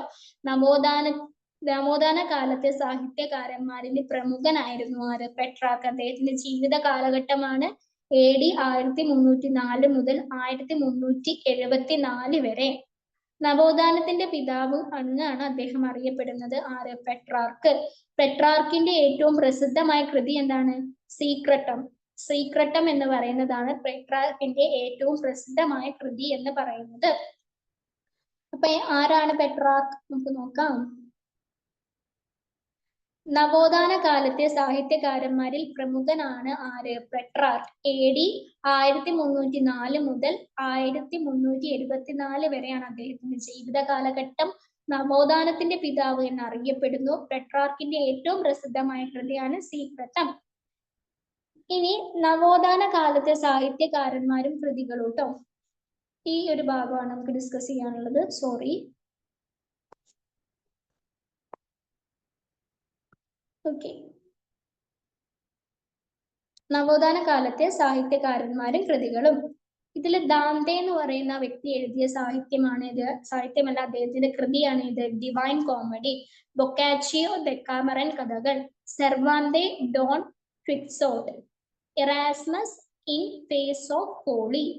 ഇത് ഇമ്പോർട്ടന്റ് ആണ് കേട്ടോ. ജസ്റ്റ് ഒന്ന് നോക്കണേ. നവോത്ഥാന കാലത്തെ സാഹിത്യകാരന്മാരും കൃതികളിലും ഇതിൽ Dante, Divine Comedy, Boccaccio, Decameron കഥകൾ, ഇത് രണ്ടും ഞാൻ ചോദിച്ചു കണ്ടിട്ടുണ്ട്. Cervantes Don Quixote, Erasmus in space of space അല്ല, in Praise of Folly. Praise the Lord നമ്മൾ പറയില്ലേ, ഇൻ പ്രൈസ് ഓഫ് ഫോളി. അടുത്ത നമുക്ക് നവോത്ഥാന കലകൾ നോക്കാട്ടോ. നവോത്ഥാന കലകളിൽ ഏറ്റവും ശ്രദ്ധേയം ഏതാണെന്നും അറിയാം നിങ്ങൾക്ക്? ചിത്രകലയായിരുന്നു. നവോത്ഥാന കലകളിൽ ഏറ്റവും ശ്രദ്ധേയമായ കലകൾ അതിൽ ചിത്രകലയാണ് കേട്ടോ. നവോത്ഥാന കാലത്തെ പ്രസിദ്ധനായ ചിത്രകാരൻ ആരായിരുന്നു? ലിയോനാർഡോ ഡാവിഞ്ചി ആയിരുന്നു. നമുക്ക് ഏവർക്കും അറിയാവുന്ന ഒരു ചിത്രകാരനാണ് ലിയോനാർഡോ ഡാവിഞ്ചി. നവോത്ഥാന കാലത്തെ പ്രശസ്തമായ ചിത്രകാരനായിരുന്നു ലിയോനാർഡോ ഡാവിഞ്ചി. ലിയോനാർഡോ ഡാവിഞ്ചിയുടെ പ്രശസ്തങ്ങളായ ചിത്രങ്ങൾ ഏതാ? ഒന്ന് മൊണാലിസ, പിന്നെ അവസാനത്തെ അത്താഴം, ലാസ്റ്റ് സപ്പർ എന്ന് പറയുന്നത് ഇംഗ്ലീഷിൽ കേട്ടോ. ലിയോനാർഡോ ഡാവിഞ്ചിയുടെ പ്രശസ്തങ്ങളായ ചിത്രങ്ങളാണ് മൊണാലിസയും അവസാനത്തെ അത്താഴവും എന്ന് പറയുന്നത്. അവസാനത്തെ അത്താഴത്തിന്റെ ഇംഗ്ലീഷിൽ പറയുന്നത് ലാസ്റ്റ് സപ്പർ എന്നാണ്. മൊണാലിസ എന്ന് പറയുന്ന ചിത്രം ഫേമസ് ആവാൻ കാരണം എന്താ? യഥാർത്ഥത്തിൽ അങ്ങനെ ഒരു സ്ത്രീ ലോകത്തിലേ ഇല്ല. അത് അദ്ദേഹത്തിന്റെ സൃഷ്ടിയിൽ ഉണ്ടായ ഒരു സ്ത്രീ രൂപമാണ്. എന്താണ്, നമുക്ക് മൊണാലിസയുടെ ചിത്രം പോയി കണ്ടു കഴിഞ്ഞു കഴിഞ്ഞാൽ ഒരുപാട് എന്തോ ദുരൂഹതകൾ അതിന്റെ പിന്നിൽ മറിഞ്ഞിരിക്കുന്നു എന്നൊക്കെ പറയുന്ന കേൾക്കാട്ടോ. അതെന്താണെന്ന് അറിയില്ല. പലരും കുറെ അനലൈസ് ചെയ്തിട്ട് അതിന്റെ പിന്നിലുള്ള ദുരൂഹതകളെ പറ്റിയിട്ടൊക്കെ എന്തൊക്കെയോ പറഞ്ഞ് യൂട്യൂബിലൊക്കെ പോസ്റ്റ് ചെയ്തിട്ടുണ്ടാവും. അതൊക്കെ നിങ്ങൾക്ക് വേണമെങ്കിൽ കാണാം. പക്ഷെ അടിസ്ഥാനപരമായിട്ടുള്ള ഒരു വിവരം എന്ന് പറഞ്ഞു കഴിഞ്ഞാല് ഈ മൊണാലിസ എന്ന് പറയുന്നത് യഥാർത്ഥത്തിൽ അങ്ങനെ ഒരു സ്ത്രീ ഇല്ല. അത് ലിയോനാർഡോ ഡാവിഞ്ചിയുടെ ഭാവനയിൽ പിരിഞ്ഞ ഒരു സ്ത്രീ കഥാപാത്രമാണ്. പക്ഷെ ഇപ്പൊ മൊണാലിസയോട് സാമ്യമുള്ള സ്ത്രീകളൊക്കെ നമ്മുടെ ഈ ലോകത്ത് ഉണ്ട്. അന്നത്തെ കാലത്ത് ഉണ്ടായിരുന്നു എന്നറിയില്ല. പക്ഷെ ഇന്നത്തെ കാലത്ത് അവരോട് സാമ്യമുള്ള സ്ത്രീകളും കാര്യങ്ങളും ഒക്കെ ഉണ്ട്. പക്ഷെ അതിൽ ഏറ്റവും വലിയ രസം എന്ന് പറഞ്ഞാല് ഈ ഭൂലോകത്ത് ദൈവസൃഷ്ടിയിൽ അങ്ങനെ ഒരു ദൈവസൃഷ്ടി, നമ്മൾ ഓരോരുത്തരും ഓരോന്ന് വിശ്വസിക്കുന്നുണ്ടല്ലോ. എന്തായാലും അങ്ങനെ ഒരു സ്ത്രീ ഇല്ല എന്നുള്ളതാണ്. അദ്ദേഹം ഒരു സ്ത്രീയെ മുന്നിൽ കണ്ടുകൊണ്ട് ഒരു സ്ത്രീയുടെ ചായോട് ആ സ്ത്രീയെ നോക്കി ആ സ്ത്രീയുടെ ഫേസ് കട്ടോട് കൂടിയിട്ട് ഒന്നും വരച്ചതല്ല. അദ്ദേഹത്തിന്റെ ഭാവനയിൽ വിരിഞ്ഞ ഒരു മുഖമാണ് ഈ മൊണാലിസ എന്ന് പറയുന്നത്. മൊണാലിസ എന്ന ചിത്രത്തിന് പേര് നൽകുകയും ചെയ്തു. പിന്നെ അവസാനത്തെ അത്താഴം, ദി ലാസ്റ്റ് സപ്പർ, യേശുക്രിസ്തുവിന്റെ കൂടെ ഇരുന്ന് ഭക്ഷണം കഴിക്കുന്ന ആ ഒരു സംഭവമാണ് ലാസ്റ്റ് സപ്പർ. വെള്ളം വീഞ്ഞാക്കി എന്നൊക്കെ നമ്മളിങ്ങനെ പറയുന്ന കേൾക്കുമല്ലോ. എന്താണ് അവസാനത്തെ അത്താഴത്തില്, അതാണ് യേശുക്രിസ്തുവിന്റെ കൂടെ ഇരുന്ന് ഓരോരുത്തരും ഭക്ഷണം കഴിക്കുന്ന ആ ഒരു ചിത്രമാണ് എന്താണ് അവസാനത്തെ അത്താഴം, ദി ലാസ്റ്റ് സപ്പർ എന്ന് പറയുന്നത്. അദ്ദേഹത്തിനെ ക്രൂശിലേക്കുന്നതിന്, അതായത് യേശുക്രിസ്തുവിനെ ക്രൂശിലേക്കുന്നതിന് തൊട്ട് മുന്നേ ഉണ്ടായിരുന്ന അത്താഴം. AD 503-നും AD 1503-നും ശ്രദ്ധിക്കണേ, AD 1503 1505 ഇടയിലാണ് മൊണാലിസ എന്ന ചിത്രം ലിയോനാർഡോ ഡാവിഞ്ചി വരച്ചത്. അപ്പൊ ലിയോനാർഡോ ഡാവിഞ്ചി മൊണാലിസ വരച്ചത് AD 1503 1505 ഇടയിലാണ് വരയ്ക്കുണ്ടായത് കേട്ടോ. അപ്പൊ അദ്ദേഹം എത്ര വർഷം പൂർത്തീകരിച്ചിട്ടാണ് അത് വരയ്ക്കുണ്ടായത്? മൂന്ന് വർഷത്തോളം എടുത്തു എന്താണ് ഇത് വരച്ചു തീർക്കാൻ. ഏത് മൊണാലിസ എന്ന് പറയുന്ന ചിത്രം വരച്ചു തീർക്കാൻ. മൊണാലിസ ചിത്രം സൂക്ഷിച്ചിരിക്കുന്ന മ്യൂസിയം സ്ഥിതി ചെയ്യുന്നത് പാരീസിലാണ് കേട്ടോ. അപ്പൊ പാരീസ് മ്യൂസിയത്തിലാണ് എന്ത് മൊണാലിസ ചിത്രം സൂക്ഷിച്ചിരിക്കുന്നത്. മൊണാലിസ എന്ന ചിത്രം സൂക്ഷിച്ചിരിക്കുന്ന മ്യൂസിയം സ്ഥിതി ചെയ്യുന്നത് പാരീസിലാണ്. മ്യൂസിയത്തിന് എന്തെങ്കിലും ഒരു പേരുണ്ടായിരിക്കണം. അത് ജസ്റ്റ് ഒന്ന് നിങ്ങൾ എന്താണ് നെറ്റിലൊക്കെ ഒന്ന് നോക്കിയാൽ അറിയാൻ സാധിക്കും. പക്ഷെ അത് പാരീസിലാണ് ആരുള്ളത്? മൊണാലിസ ഉള്ളത് അവിടുത്തെ ഒരു മ്യൂസിയത്തിലാണ്. പിന്നെ അതേപോലെ തന്നെ അന്ത്യവിധി എന്ന് പറയുന്ന ഒരു ചിത്രമുണ്ട്. അത് വരച്ചത് മൈക്കൽ ആഞ്ചലോ എന്ന് പറയുന്ന ഒരു ചിത്രകാരനാണ്. അന്ത്യവിധി ഇതൊക്കെ പ്രശസ്തമായിട്ടുള്ള ചിത്രങ്ങളാണ് കേട്ടോ. ഈ പറഞ്ഞ മൊണാലിസ, അവസാനത്തെ അത്താഴം, പിന്നെ ഇപ്പൊ പറഞ്ഞ അന്ത്യവിധി എന്ന ചിത്രം വരച്ചത് മൈക്കൽ ആഞ്ചലോ എന്ന് പറയുന്ന കലാകാരനാണ്. പിന്നെ എഥനീസിലെ വിദ്യാലയം എന്ന് പറഞ്ഞൊരു ചിത്രമുണ്ട്. അത് റാഫേൽ എന്ന് പറയുന്ന ഒരു ചിത്രകാരനാണ് വരച്ചത്. എഥനീസിലെ വിദ്യാലയം. പിന്നെ ഫ്ലോറൻസിലെ ബാബിസ്റ്റർ പള്ളിയുടെ വാതിലിന്റെ ശില്പി ലോറൻസോ ഗിബർട്ടി എന്ന് പറയുന്ന ഒരു വ്യക്തിയാണ്. ഫ്ലോറൻസിലെ ബാബിസ്റ്റർ പള്ളിയുടെ വാതിലിന്റെ ശില്പി ലോറൻസോ ഗിബർട്ടി എന്ന് പറയുന്ന ഒരു വ്യക്തിയാണ്. പിന്നെ ഗട്ടാമെലിത്തയുടെ ശില്പി ഡൊണാറ്റലോ എന്ന് പറയുന്ന ഒരു ശാസ്ത്രജ്ഞനാണ് കേട്ടോ. സോറി, ശാസ്ത്രജ്ഞനല്ല, ശില്പിയാണ്. ഗട്ടാമെലിത്തയുടെ ശില്പി ഡൊണാറ്റലോ എന്ന് പറയുന്ന ശില്പിയാണ്. ഇപ്പൊ നവോത്ഥാനം കലയിൽ എന്താ നോക്കാം. നവോത്ഥാന കലയിൽ ഏറ്റവും ശ്രദ്ധേയം ചിത്രകലയായിരുന്നു. നവോത്ഥാന കാലത്തെ പ്രശസ്തനായ ചിത്രകാരൻ ആരാണ്? Leonardo da Vinci. ലിയോനാർഡോ ഡാവിഞ്ചിയുടെ പ്രശസ്തങ്ങളായ ചിത്രങ്ങൾ ഏതൊക്കെയാണ്? മൊണാലിസയും അവസാനത്തെ അത്താഴവും. AD 1503 1505 ഇടയിലാണ് മൊണാലിസ എന്ന ചിത്രം ലിയോനാർഡോ ഡാവിഞ്ചി വരച്ചത്. മൊണാലിസ ചിത്രം സൂക്ഷിച്ചിരിക്കുന്ന മ്യൂസിയം സ്ഥിതി ചെയ്യുന്ന സ്ഥലം എവിടെയാണ്? പാരീസ്. അന്ത്യവിധി എന്ന ചിത്രം വരച്ചത് മൈക്കൽ ആഞ്ചലോ. എഥനീസിലെ വിദ്യാലയം റാഫേൽ. ഫ്ലോറൻസിലെ ബാബിസ്റ്റർ പള്ളിയുടെ വാതിലിന്റെ ശില്പി ലോറൻസോ ഗിബർട്ടി. ഗട്ടാമെലിത്തയുടെ ശില്പി ഡൊണാറ്റലോ. എടാ, നിങ്ങൾ ഈ പേര് പഠിക്കുന്ന സമയത്ത് ഇവരുടെ കറക്റ്റ് പ്രൊനൗൺസിയേഷൻ, അതായത് നമുക്ക് ഇപ്പം ഫോർ എക്സാമ്പിൾ പറയുകയാണെങ്കിൽ പല പേരുകളിലും കറക്റ്റ് പ്രൊനൗൺസിയേഷൻ പറഞ്ഞു ഉണ്ടാവണം എന്നില്ല.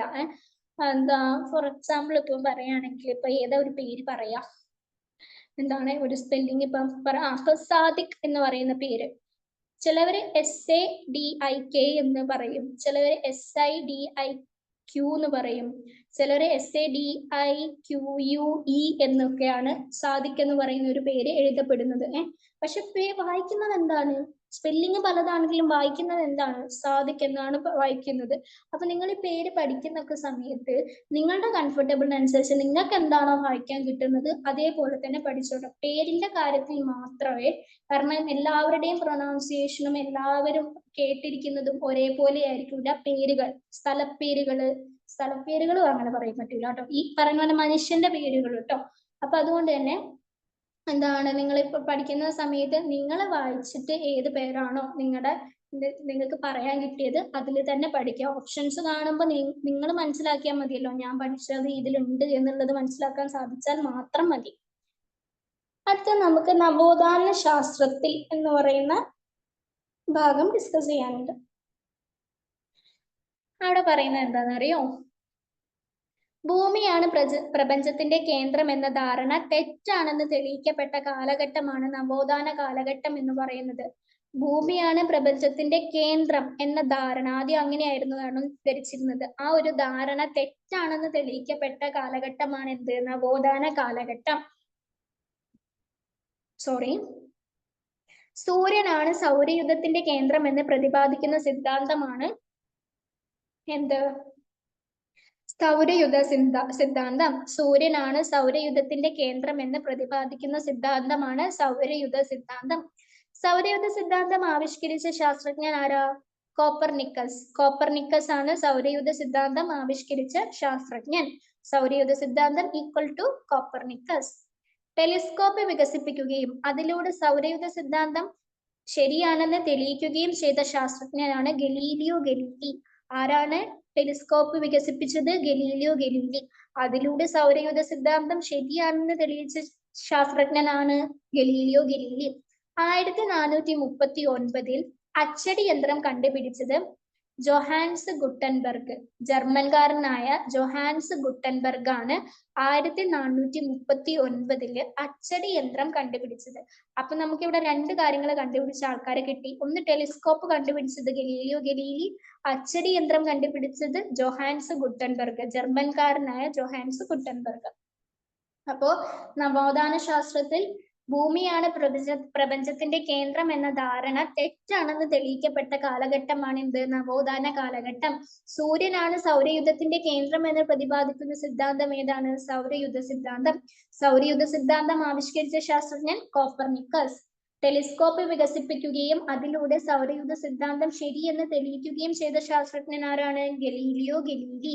1439 അച്ചടി യന്ത്രം കണ്ടുപിടിച്ചത് ആരാണ്? ജോഹാൻസ് ഗുട്ടൻബർഗ്, ജർമ്മൻകാരനായ ജോഹാൻസ് ഗുട്ടൻബർഗ്. അടുത്ത നമുക്ക് മതനവീകരണത്തെ പറ്റിയിട്ടാണ് പഠിക്കാനുള്ളത്. 16-ാം നൂറ്റാണ്ടില് യൂറോപ്പിലെ ക്രൈസ്തവ സഭയിൽ ഉണ്ടായ പരിഷ്കരണം അറിയപ്പെടുന്നത് എന്താണ്? മതനവീകരണം എന്നാണ്. 16-ാം നൂറ്റാണ്ടില് യൂറോപ്പിലെ ക്രൈസ്തവ സഭയിൽ ഉണ്ടായ പരിഷ്കരണം അറിയപ്പെടുന്നത് മതനവീകരണം എന്നാണ്. മതനവീകരണം ആരംഭിച്ച രാജ്യം ജർമ്മനിയാണ് കേട്ടോ. ജർമ്മനിയിലാണ് ഈ പറഞ്ഞ മതനവീകരണം ആരംഭിച്ചത്.